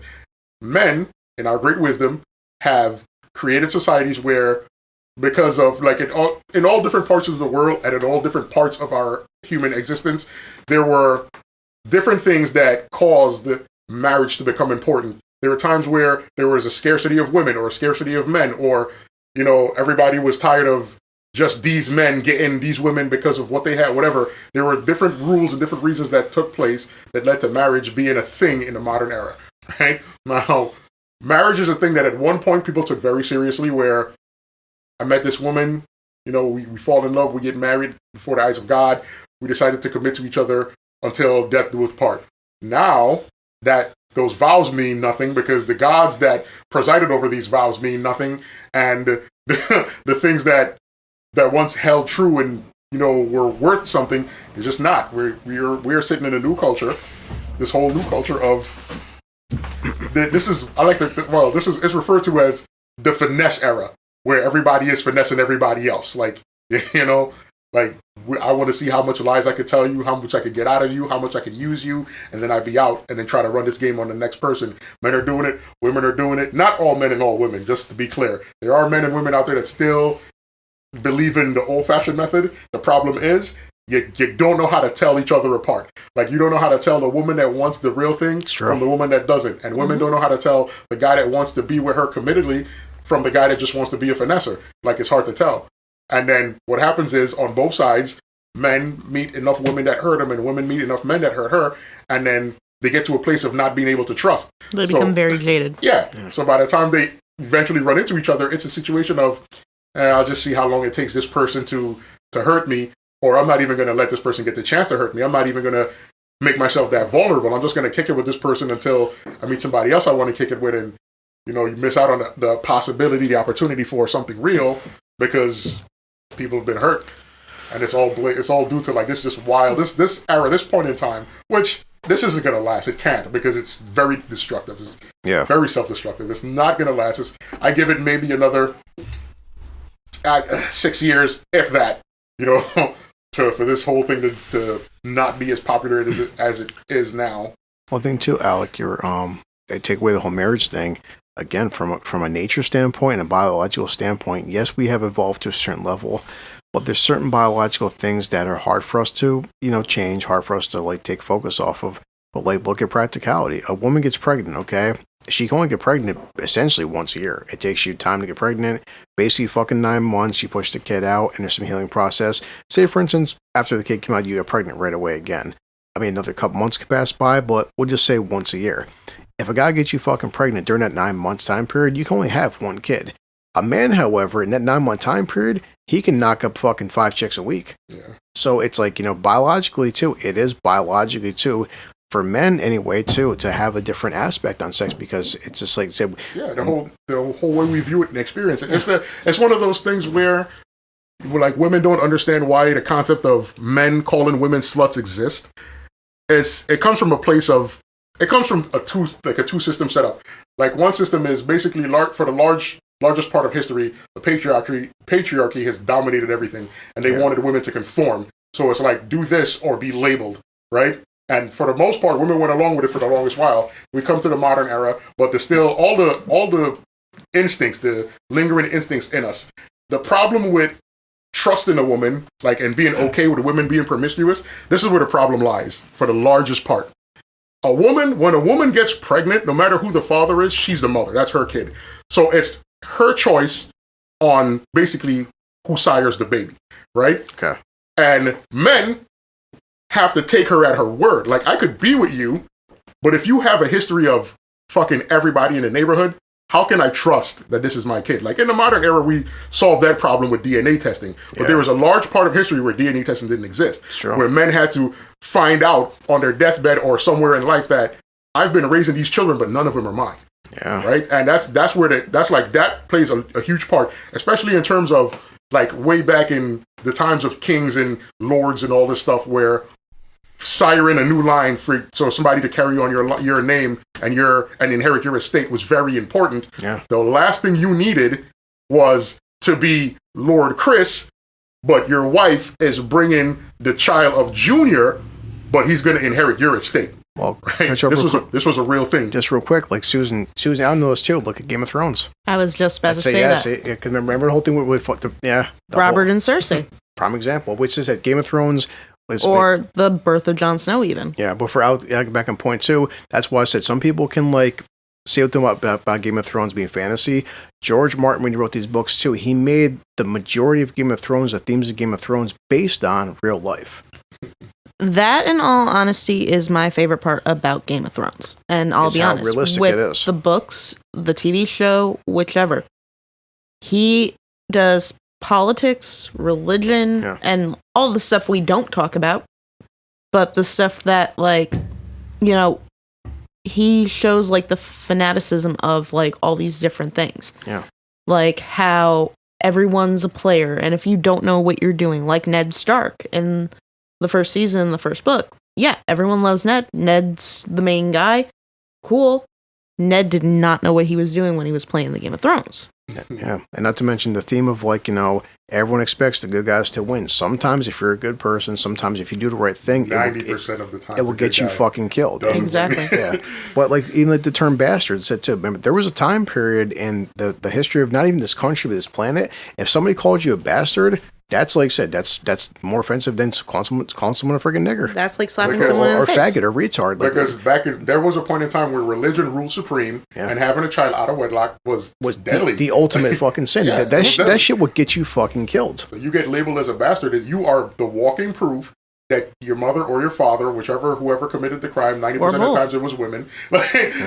Most of the time women and back in the old days when men ruled the planet, women got punished for everything, regardless of what the men did. Yeah, this is true. When you got labeled as a bastard, you were the walking, living proof of the infidelities of your mother or your father, or whoever. Mm-hmm. And that left you in a position where you couldn't do much in life. You were ostracized and hated, and your mother might have been put to death, maybe not. Or your father, let's say your father was the one screwing some lord's wife and you were born or whatever. It was wild. The term bastard was a death sentence, basically. Yeah. That goes back to, for example, back where Game of Thrones is concerned, take Jon Snow, for example. By the end of the series, spoiler alert for anyone who has not watched it, it's been a year. Come on, people. Yeah. But by the end of the series, you find out Jon wasn't a bastard in the first place. Yeah. He was Ned's sister's son by Daenerys' brother. Yeah. They secretly got married. He was the true heir. He was the true heir of the throne. But you guys seen this too. This is why, But, sorry to cut you off. But the big thing, and you'll probably remember this from season 3. Al, you watched the show too. Mm-hmm. You'll probably remember this from season 3.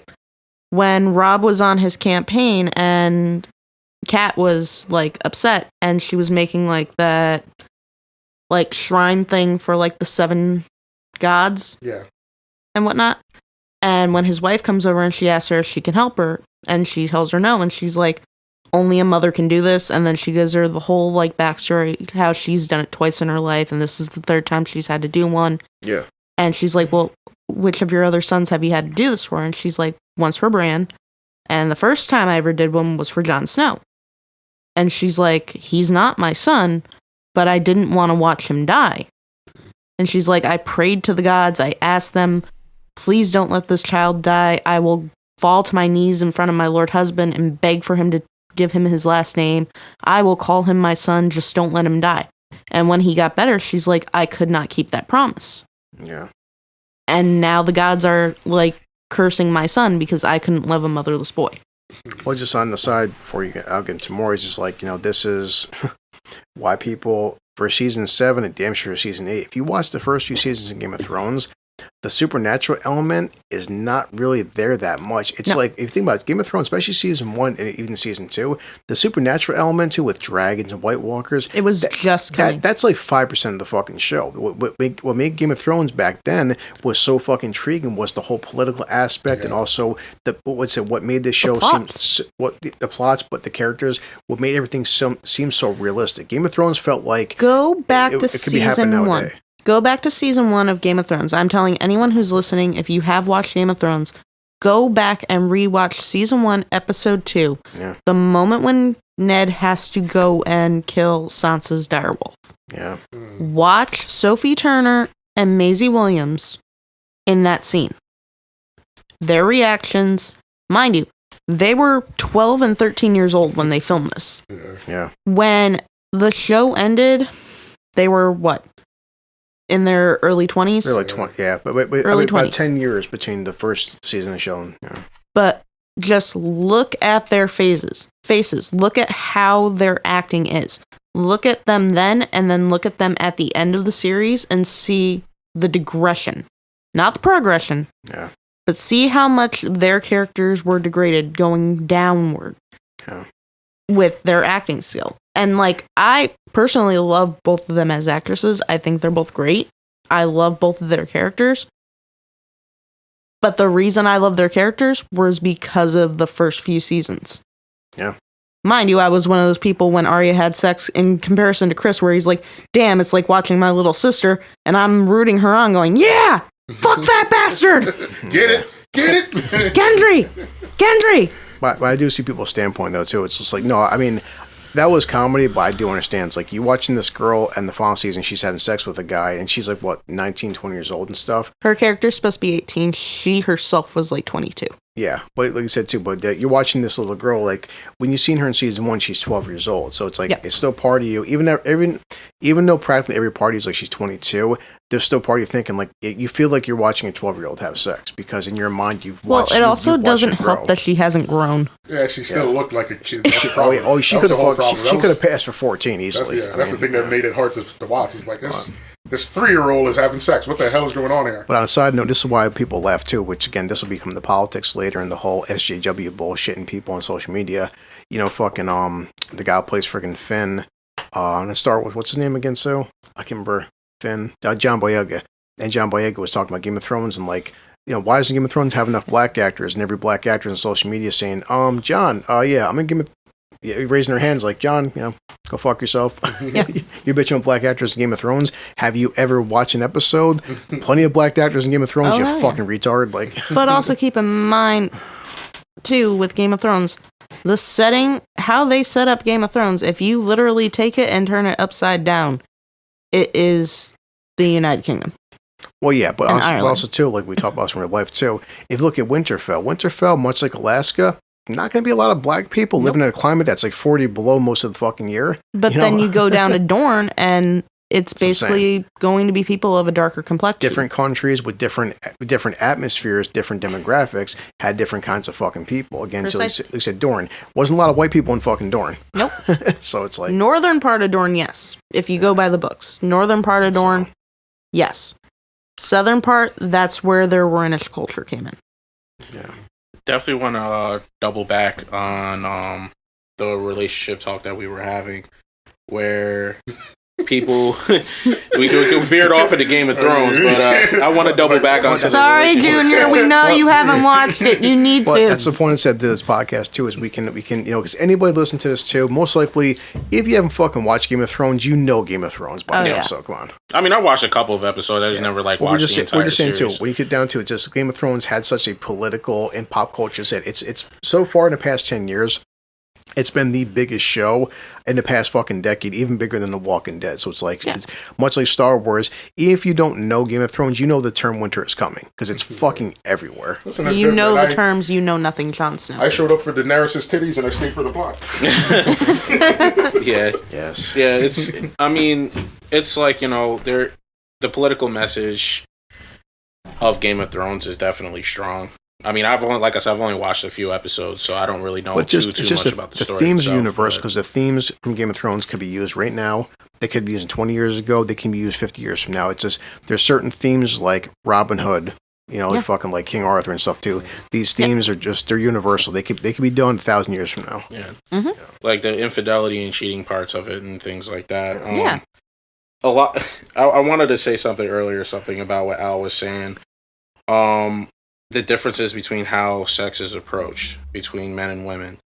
A lot of women develop mental stability in a relationship through sex. Men don't. We do not become emotionally attached through sex. We become physically attached. We will never... Ladies, I want you to listen to this very carefully. Men will never become emotionally attached to you through sex. Nope. Sex is not. It will never happen. We will become physically attached, which brings certain emotions, mostly anger if you play us, or if you leave us after we play you. That's just what it is. Because if you have good pussy, you're just Junior. No. if you have good pussy, we're gonna want to keep fucking. Yeah. That's physical attachment. What part of that is love? That is what kills me. Women think, oh, he loves me. He's never going to leave me alone because I got good pussy. No, he doesn't leave you alone. He wants to keep fucking you. Yep. It doesn't mean he loves you. It doesn't mean he wants to keep you around because the sex is phenomenal. Exactly. He doesn't want to keep you because he's in love with you. He's in love with the pussy. You know what I'm saying? He's in love with a feature, not the person. That kills me when they don't even think that much on it. I see the post all the time on Facebook. I literally go on my Facebook right now. If whoever doesn't know what my Facebook is Ill Will. Ill Will is my Facebook name. And believe me when I tell you, the post that I see on Facebook is outrageous. Stupid at the very best. Mm-hmm. It's just like when you see it. You literally see it. It is just like there's no... Because here's the thing, a guy is sitting there like breaking mirrors and breaking TV. Like there was a post on Facebook. It was like, oh, if my guy's not doing this, then he doesn't love me. Like he's breaking the TV, breaking the windows, breaking the walls and stuff like that in a relationship. And they haven't been together that long. I mean, a lot of men are desperate for pussy. A lot of men are desperate for pussy. I'm one of them. You know what I'm saying? So when they get it, they're going to be physically attached. There's no emotion with that. There's going to be physically attached, which imbues emotions. It's true. So it's the emotional attachment first comes from women all the time. All the time. It's never, a man is never emotionally attached first because of the fact that a man might exude emotions first because he loves the pussy. Because men don't get it not nearly as much as they say they do. That is a certain fact. That's one. I just want to say, like take for example my fleshlight. I'm not mostly attached to my fleshlight, but I'm physically attached to my fleshlight. I mean, I don't love it. Well, you're in love with your fleshlight. You probably You probably give it poetry. But definitely, I have been going through fleshlights where I've broken them and I've had to buy new ones, and you break chairs in the floor. So people hate the destroyer. People hate this comparison, but in all reality, you're a bigger version of a fucking fleshlight. Because guess what? Once I'm attached to you and stuff too, but I can't replace you. I can't replace the emotional attachment. Exactly. Straight up. It takes a long time for a man to be emotionally attached to a female. It takes time. So that's when it goes back to what Al said perfectly. He said it perfectly. I literally cannot say it any better than him. If you are not a friend to us, we will not become emotionally attached to you. If you do not develop a friendship with a man, you will not receive any emotional attachment. Yeah. That's just what it is. It's because I value friendship with women, not because I eventually want to be in a relationship with them, but I value friendships with women because of the fact that some women actually gives you a lot of insight of how to deal with other women. Yeah. I love being friends with women because I could sit there and go up to a girl and say... vice versa for a woman when it comes to a man. Exactly. It's like, I love it when I with all the wonderful, sexy females that I'm friends with, Have I thought about wanting to hook up with them? Hell yeah. I was thinking, hell yeah. At one point, I'm like, yo, I want to eat her ass, but you know what? She's my friend. So I'm not going to do that. You know what I'm saying? Like, I'm thinking in my mind, like, yes. I'm like, yo, I look at her and she walks by, be like, yup, she's my friend, but it ain't gonna stop me from looking. Like, god damn, she got a nice ass. I'm trying to, can you please sit on my face? That's in my mind. I'm not actually going to say it because I value the friendship. But don't get me wrong, I'm definitely looking at them cheeks if you got some cheeks. Yeah. Don't even get me started. Especially if you're a hot lesbian. Okay, that's you. Yeah, you have a thing and it wasn't hot. It was tight though. It was disturbing. You see, what's out of control for Chris is just that he had such an attachment for that girl for so long. It was outrageous. But just in general. It started when he got. What kills me about this man? Let me tell you. I'm gonna give you guys a little insight on Mr. Christopher Edwards here. That is his full name. Okay. All right. You're gonna want to pour a cup for this one. God. Here's the thing about Christopher Edwards. This man is the embodiment of an emotional man. He is the embodiment of doing too much. As much of a dude as Jen is, Chris is a chick. Yes. Yes. Well, that's my appeal to gay chicks because, I might as well fuck you because you're more of a chick than most chicks I meet. So it's just, but it's like one thing that really pissed me off. At one point, I'm gonna tell you the one thing that pissed me off. He never listens to me, first of all, and I'm always right, and it pisses me off. Listen to my dick. I will literally sit there. I'll be like, Chris, leave this girl alone. Please leave this girl alone. Like, she's literally using you because she knows you're emotional. Mm-hmm. Very much. And he's like this. He's like, you know what? You're right. I just want to send her a poem and just tell her everything is gonna be okay. No.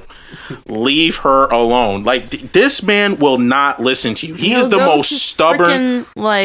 For someone who claims to not know anything about females, he's literally the most stubborn person for taking advice. He will go to Things Remembered, find something, have it engraved, give her a poem, buy her like a t-shirt. Basically waste Like, a paycheck. He will then- like do whatever he can to like show her that he cares. But then out of nowhere, then I come over and then he's depressed and grows his beard out because she's not texting him anymore. Do you think women are used to this shit? They are not used to this. They are used to a man fucking them and not answering their text for 3 days. Yeah. And even, they're not even the gay used to. chicks still used to women fucking them and not texting them for days. See, that's the thing. So when you do something like, you gotta ease into shit, man. You can't just. The problem, Chris, and I feel bad for you for this situation because you are a good man in the wrong era. In the wrong Very era. much You're a good man in an era I've of heard- Thank message. you.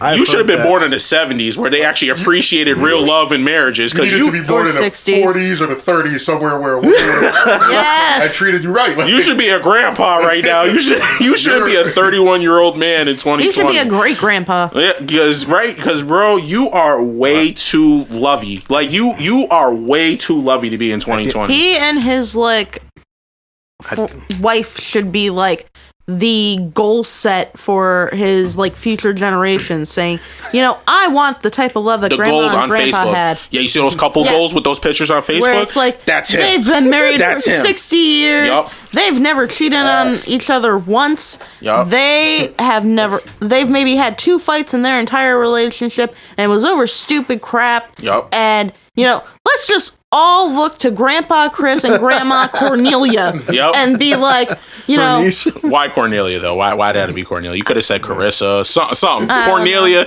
Cornelia sounds like yo. She came from UK. She was like a mail order bride from Russia. she could have been, it's Chris. Okay. Here's my thing. When we get to 2083. The year, we're throwing a random year out there, 70 years in the future, right? You're not going to see the couple goals you're going to see on Facebook is, yeah, he cheated 5 times, but it's okay. We worked it out and developed a family over 50 years. It's like, you're not going to see And they it's gonna never be like cheated on each couple other. goals. You're not going to see they never cheated on each other. You're not going to see that they were loyal to each other from day one. You're not going to see that. No, What couple you're- goals then is going to be like, you know, I wish that I stabbed my husband later in life than what my grandmother did. Yeah, and it's just like, I know he cheated on me a few times, but I ignored what everybody else said and still started a family with him. He left and then came back and wanted to establish this family, but that's okay though, because you know what? He's such a great guy, and I know this pussy changed him. Literally. You're gonna see crazy female posts like, he forgave me after I cheated on him with his best friend and had twins. Exactly. And now he is raising those twins. As if they were his own.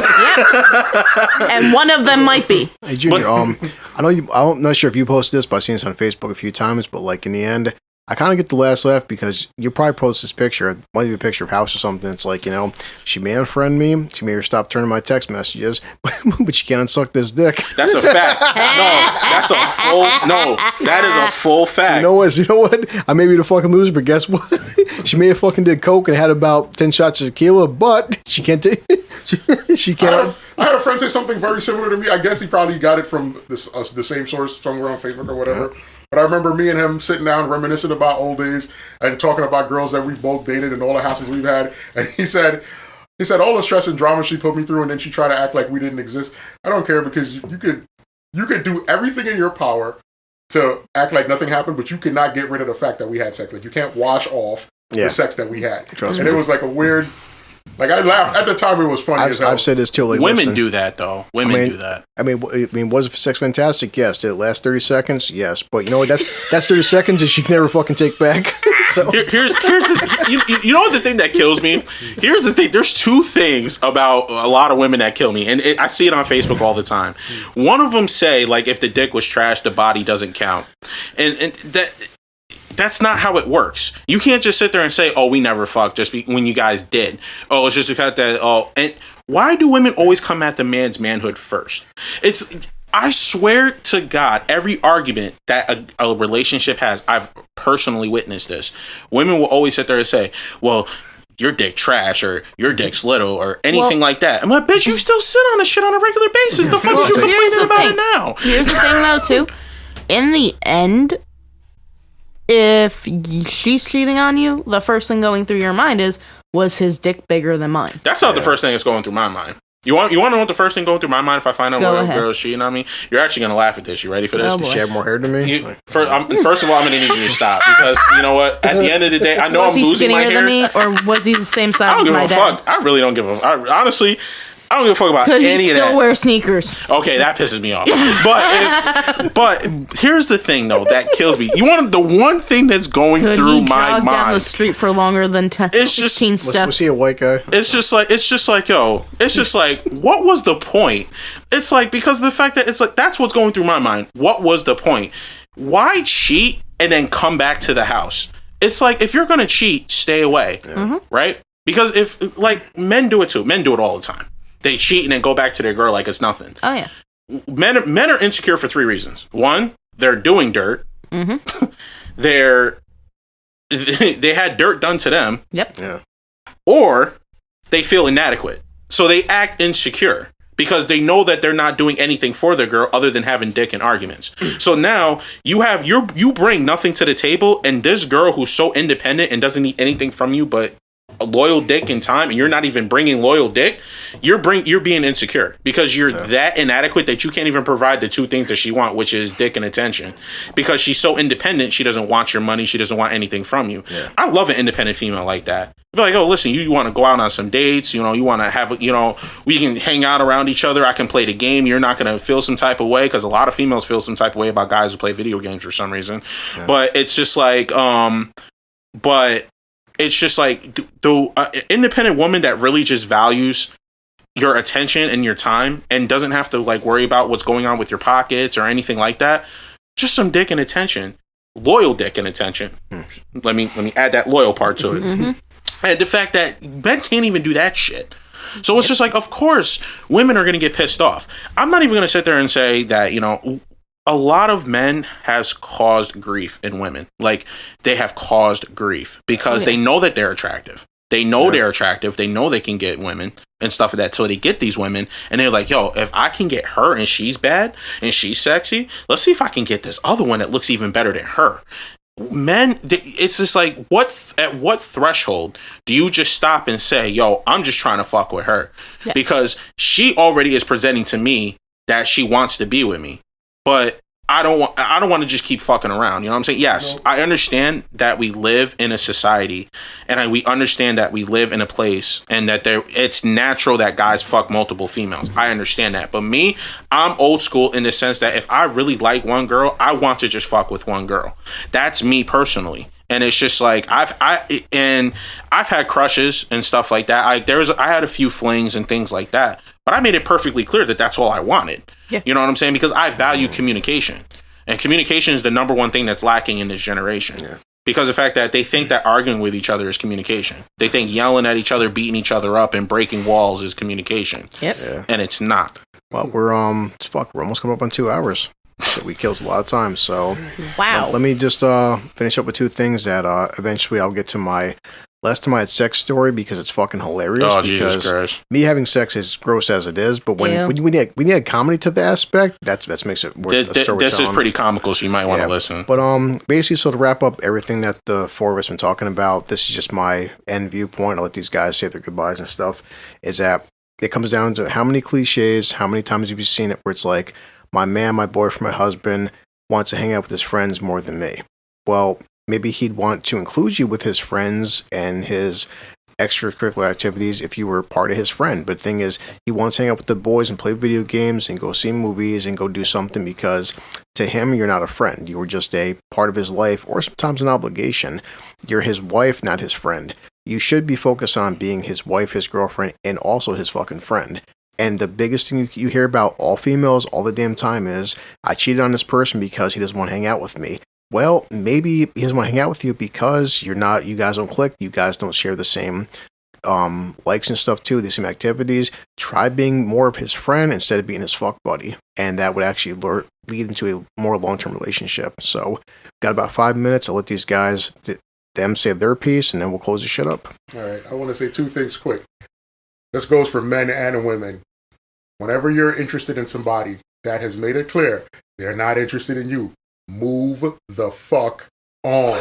Leave that person alone and carry on with your life. There are 7 billion people on the planet. You only need to find one. This goes to men and women.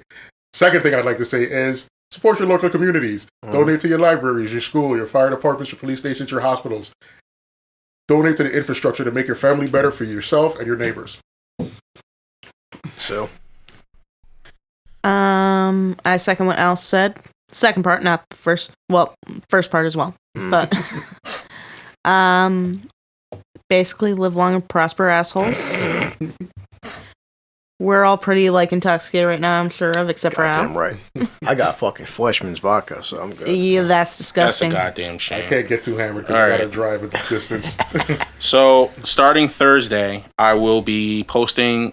I have the page up on Facebook right now. I got to do a lot of fine tuning to it because I was rushing to add a new music site. Let's put it out there. And I had to make the page to have access to this site where I could actually put podcast music on there. Yeah. So I made the page prematurely. I have to do a lot of fine tuning to it. So by Thursday, I will have the first episode posted for other people to get that. We're not sound experts, so it's not going to sound its best. But just know that our first episode will be posted by Thursday. I put the event up for it to be done yesterday at 7, but there's a lot of circumstances that happened. Confused the crap out of me. I was going to come over and fix everything, but I was so tired and I really didn't feel that great. Yeah. So it actually didn't end up happening, so I wanted to clarify. It was a long, hard day of eating. I didn't feel great at all. Like I honestly didn't even leave my bed all day yesterday. So I apologize for the confusion that came with that. But by Thursday, I will have the page up. I will have the page 100%. I will have the first episode posted. Even though this is episode 6, we're not going to post all 6 of our episodes at once. But we will be posting episodes on a regular basis for people to, have access to our content. Al's been here now, honestly, consistently now, too. This is Tuesday, will be Saturday. We got the iMac. Everything's fucking perfect. We have the Facebook page ready. Next, we're working on Twitter and YouTube. Like Junior said, all of us, we're all working. We're busy. And the main thing that, what's hurting us versus other people is that 99.9% of these other people, these influencers and these podcasters and these YouTubers and Twitchers and blah, blah, they don't fucking work. Okay. We do. So it's like, sorry that I don't have 12 hours a day to devote to this shit. So, but this is at the 1 hour and 56 minute mark. So as always, I will say, hey guys, thank you for listening to us. Thank you for supporting us. Thank you for listening to our bullshit. And we're all fucking drinking and having fun. And as always, I would just say, it's like, hey guys, I don't want your money. I don't need your money. We all got fucking bills. We all are blue collar people. We all have bills to pay. So please, and like Al's said better quotes than me, it's that support people that fucking matter. We don't need your shit. We're in a fucking basement bullshitting. Stop celebrating people on the internet who don't need your fucking money. Help out people who actually need it. Whether it's a nurse, a kid, a garbage man, there's millions of unemployed people right now that could be listening to this or going through this shit right now.